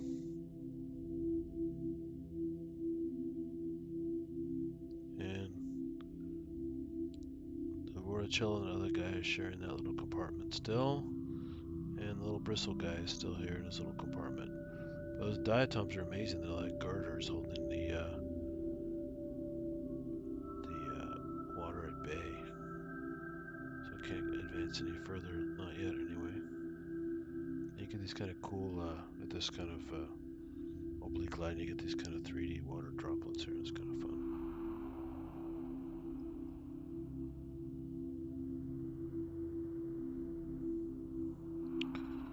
So yeah, little islands of stuff left, slowly getting compressed. Over here it's all good. It's toward the center of the slide, so it's like nothing ever happened.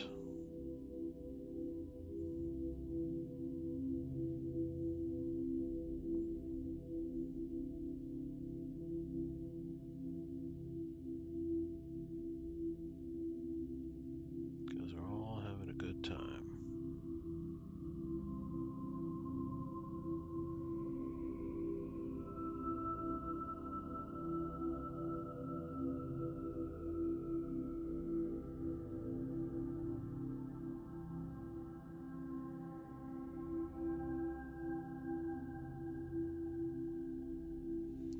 Very cool. Alright, I gotta do one more slide for this guy. What the hell? Such a good specimen. Or a collection of goodies. So that was from the settled part of the thing. That actually worked out quite well, describing a nice cluster from the bottom.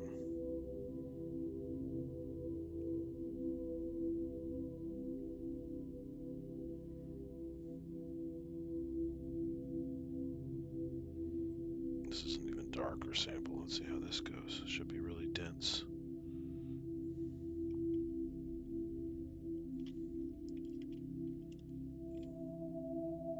Whole lot of material.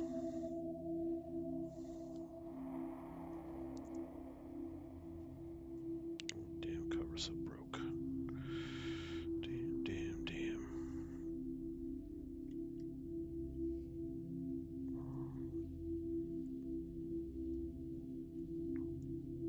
The one broke too. Man, these are terrible.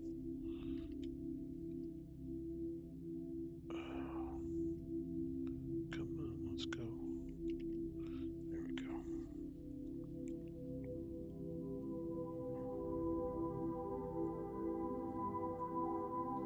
Gotta give these a quick wipe, otherwise they look like crap.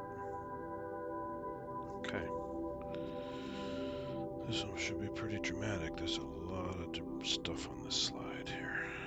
It's quite dark. Oh yeah, look how dense that is. Whoa, hey.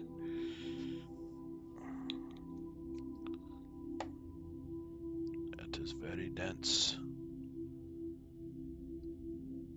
Nice. Whole bunch of good things.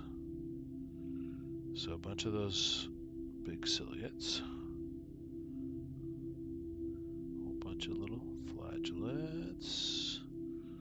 No amoeba yet.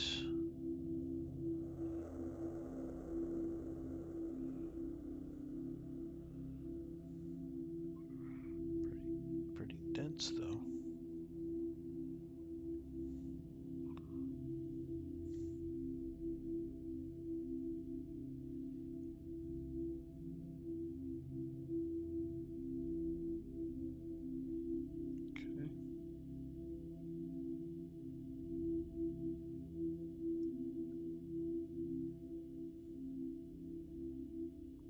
just a ton of those ciliates, man. There's a bunch of those. Cold capsule ciliates. Very common. And that looks like, is that a nematode? No, some more of those spirostomums, I think. Kind of long, wormy ciliates. A whole bunch of those guys. Man, there's a whole city of them. It's crazy.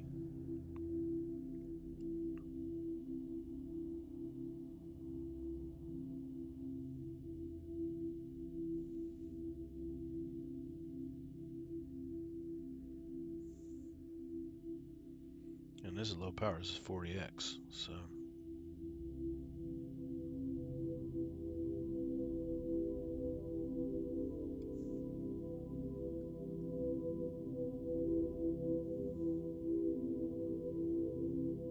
God, it's just dense. The whole matrix of stuff. They're swimming up and down and in and through, and there's more of those little things. I think those are antennae from the shrimp that they're eating. And the flamingos. So not a lot of variety in this one, but a lot of density. It's just a whole little city of ciliates and such. It's pretty cool.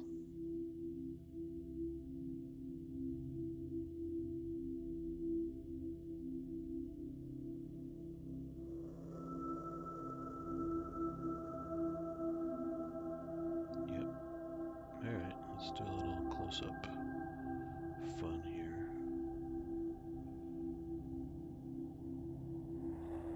A good spot.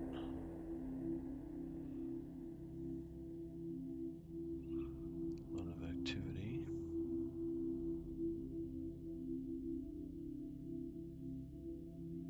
Yeah, so much stuff. They're just playing peekaboo everywhere. It's really funny. And there's one of those other worm guys. Okay, so I got a good collection of stuff here. Let's zoom in. Some familiar characters here.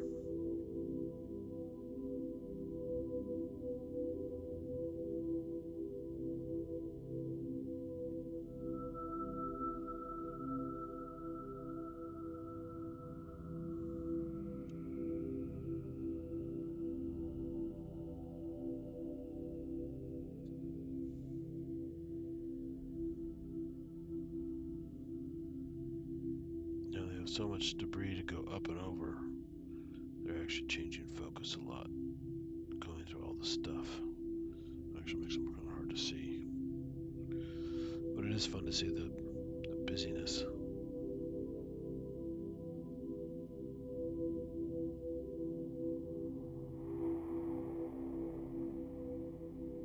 It's like eels poking out of a little cave structure. Poke in and poke out, poke in and poke out. God, so much detail. So much stuff.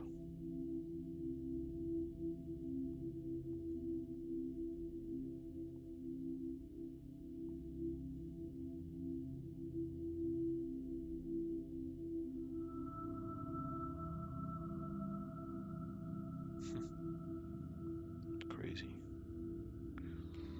It's nice here with the pretty plain colored ciliates, so they go through front of all this colorful debris. And you get all these colors. It's like stained glass.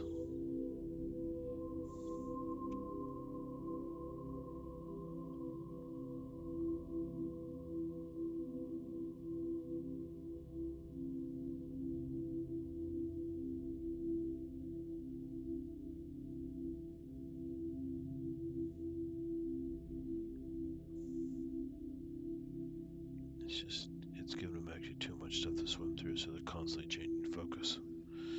That's pretty good, but I'm going to do one more that's not so busy, because that's kind of a nutty one.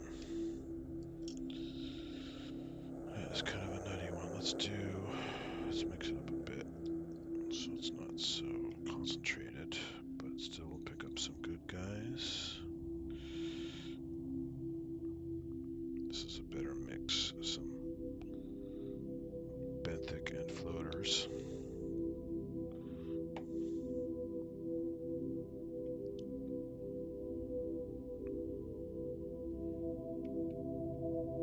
Come on, cover slip.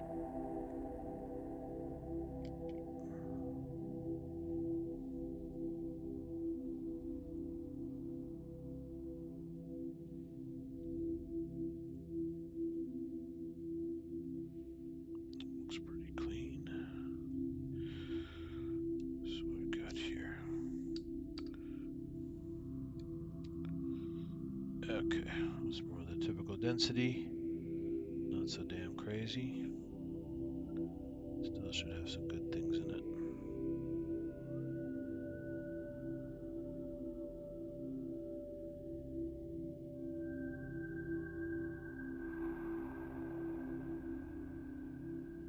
Nice. There's one of those guys again.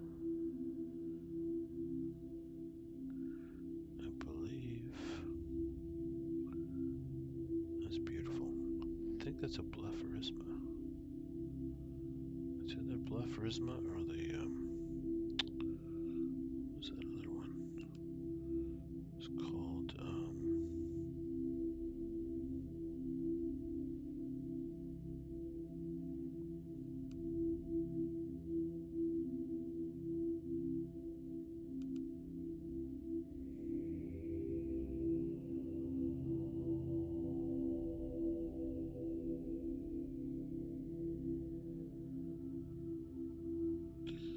it could be a Loxodes and not a Blepharisma. Because it doesn't have the striations of a Blepharisma or the color. And it has that kind of hooked top part. It's the body shape of a Blepharisma, but it doesn't have the lines. And this could be Loxodes.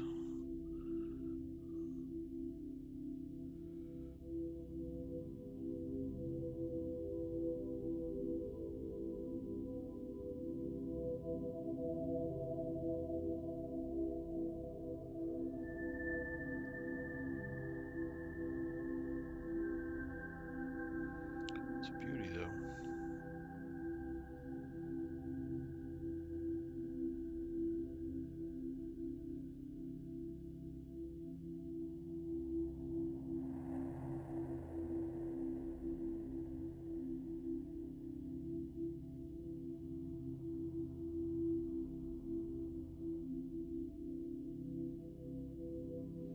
Let's go to a bright field for a bit.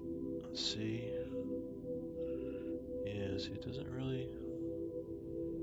It has some lines like Blepharisma has, but it's not as dramatic as some of them are.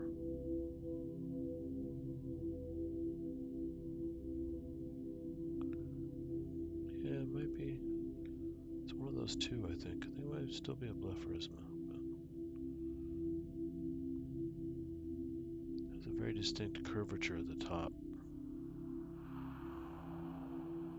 which is a little bit different than other things I've seen. But now at this color and this lighting, I'm seeing the striations more. It's beautiful, though. Very detailed, delicate. It's a big cilia too. This is 100 power. It's a pretty good size.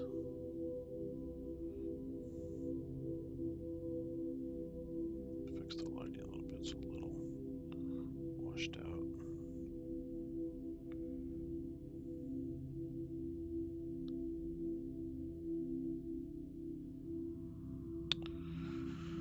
Least favorite? Oh boy.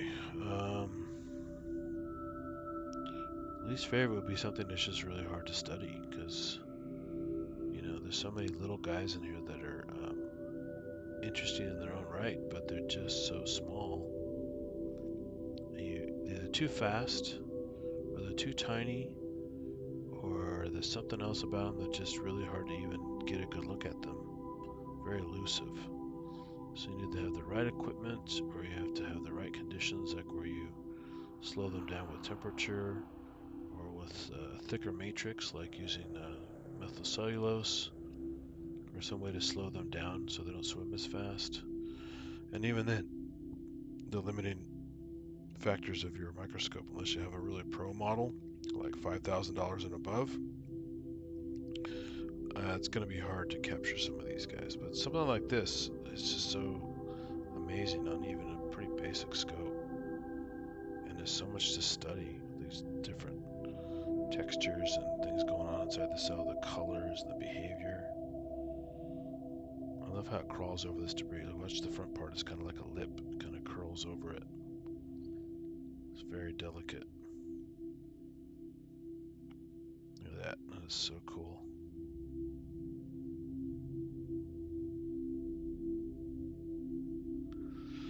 So that would be my best answer. Is these guys are all interesting on their own right, but my least favorite is the ones that are just really hard to get a good look at. I mean, you can see the behavior at a distance, and it's funny to see little swarms of them and stuff. But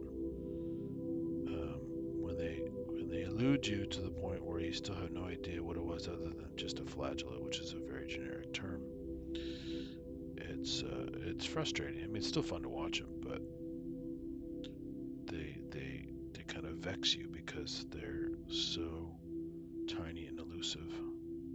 You can never quite enjoy them as much as you like. Oh, the behavior's fun, just to watch them swim around and swarm and maybe become food for something else. But so yeah, those are my least favorite, just because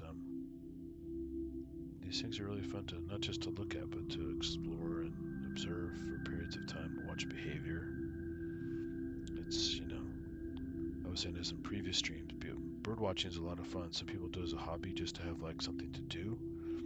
They might like the colors and the songs, and they're just cute little things. But you know, some people just literally just keep a list and go, "Oh, I've seen it," and to compare with other people's lists. But sometimes they just get a glance at it and they think, "Oh, I never need to see the bird again. I've seen it. Check off my list. Keep going." Well, they didn't really see the bird because they didn't watch the behavior. They didn't see it multiple occasions with different conditions, different plumages, different, you know, regional variations and different songs, and watch them eat. You know, just all that stuff. The behavior is a huge part of it. Makes it much more enjoyable in general. Although you can't always do that. Some animals in the forest you can barely even see if you get lucky. And you have to just count that as I've seen it and I got to watch it a little bit. But you know, to be able to study stuff like this is pretty special. This guy's pretty slow. I'm gonna zoom in a little bit.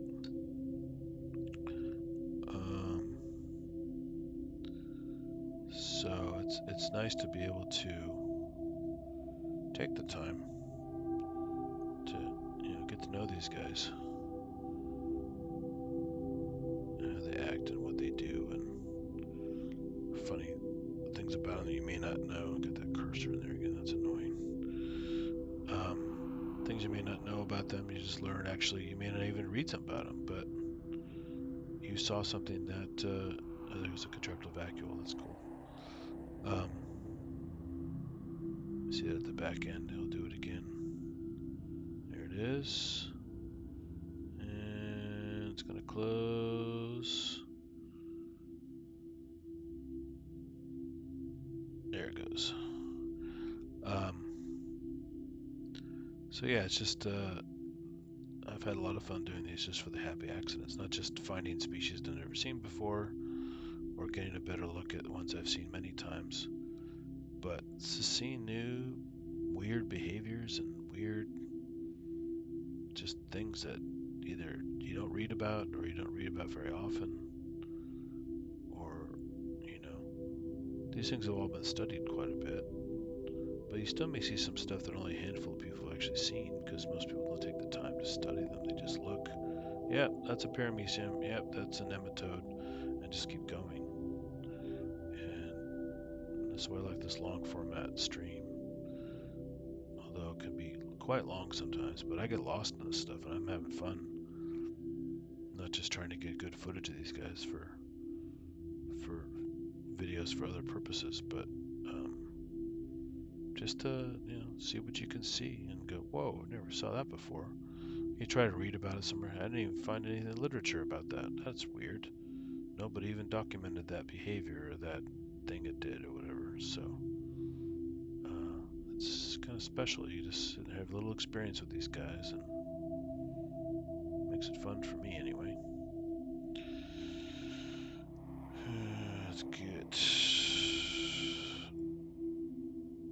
Let's go back out and get a dark field again.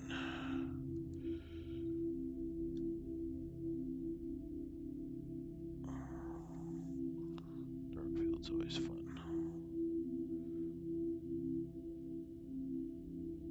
Look like little ghosts glowing and floating through the debris.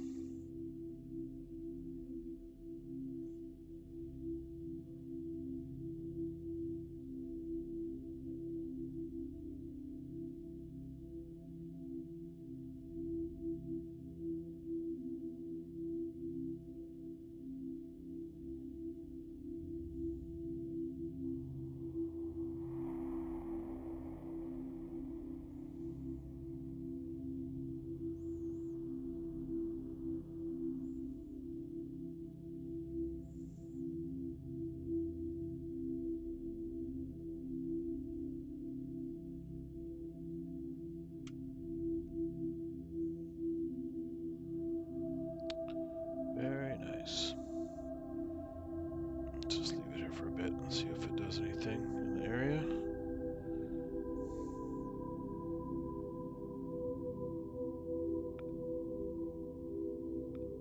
And just gonna leave or come back. No, it's gonna go through a pattern.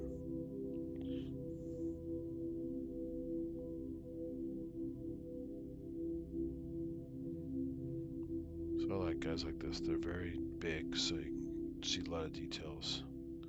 Yet they're not crazy fast. They're just kind of exploring, poking around.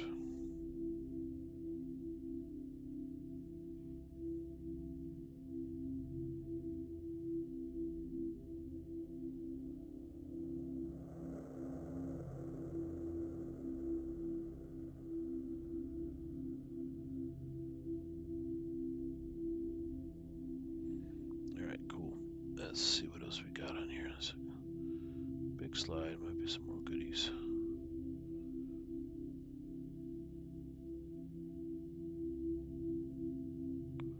Not getting any gastrotrix this time. There's usually gastrotrix in those samples. At least the last couple times I got stuff there. Nice threads of algae there.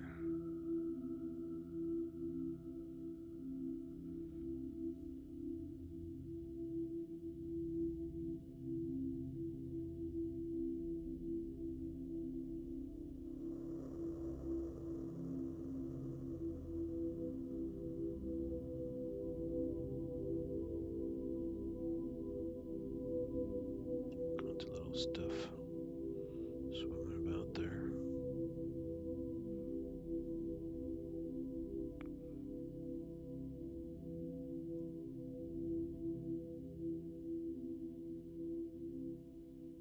Yeah, looks like the slide is starting to dry up a little bit. Let's do another quick survey just to see if I missed anything. The slide.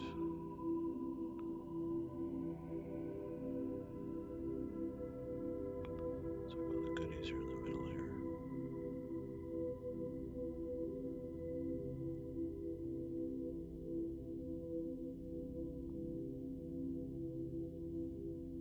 Another rotifer.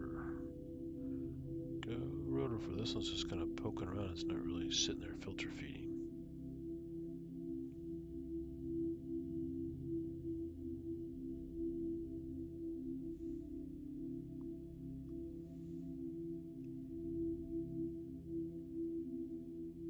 Uh-oh. Got a bit of a video pause there. I think the laptop's getting hammered. I hear the fan is going crazy. I think I left too many things running on it.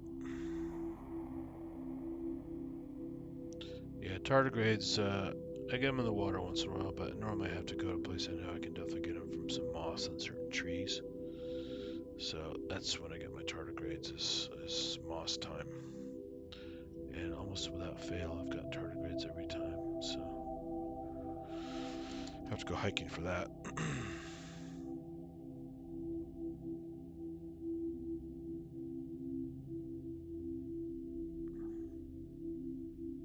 I got a good look at this stuff. I'm getting pretty tired, it's late. And I think I'm gonna pack it in, but one last quick look around. Nothing there.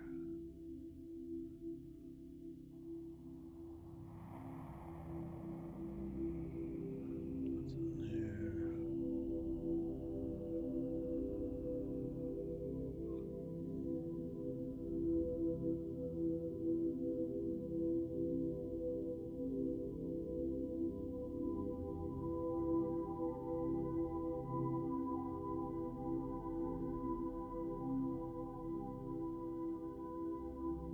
No one amoeba. Oh well. I was hoping for it, but no luck.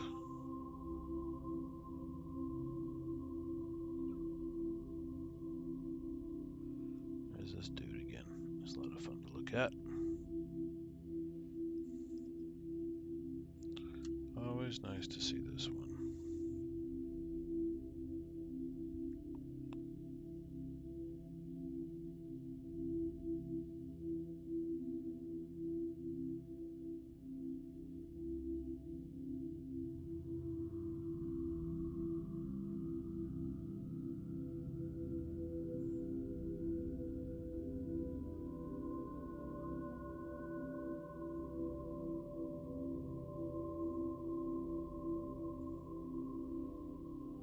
Just casually poking around. Video's freezing again. So computer's getting tired, I'm getting tired. I could study this guy for a while longer because he is cool, but I'm going to call it. So, thanks for hanging out and being a trooper. I think I only had one other person on tonight.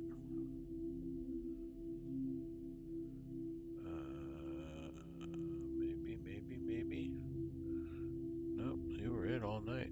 Look at that. So, thanks for hanging out and being a diehard. Appreciate it. It's fun to do these no matter what, but it's definitely fun with the live component and comments and question and answer stuff and all that.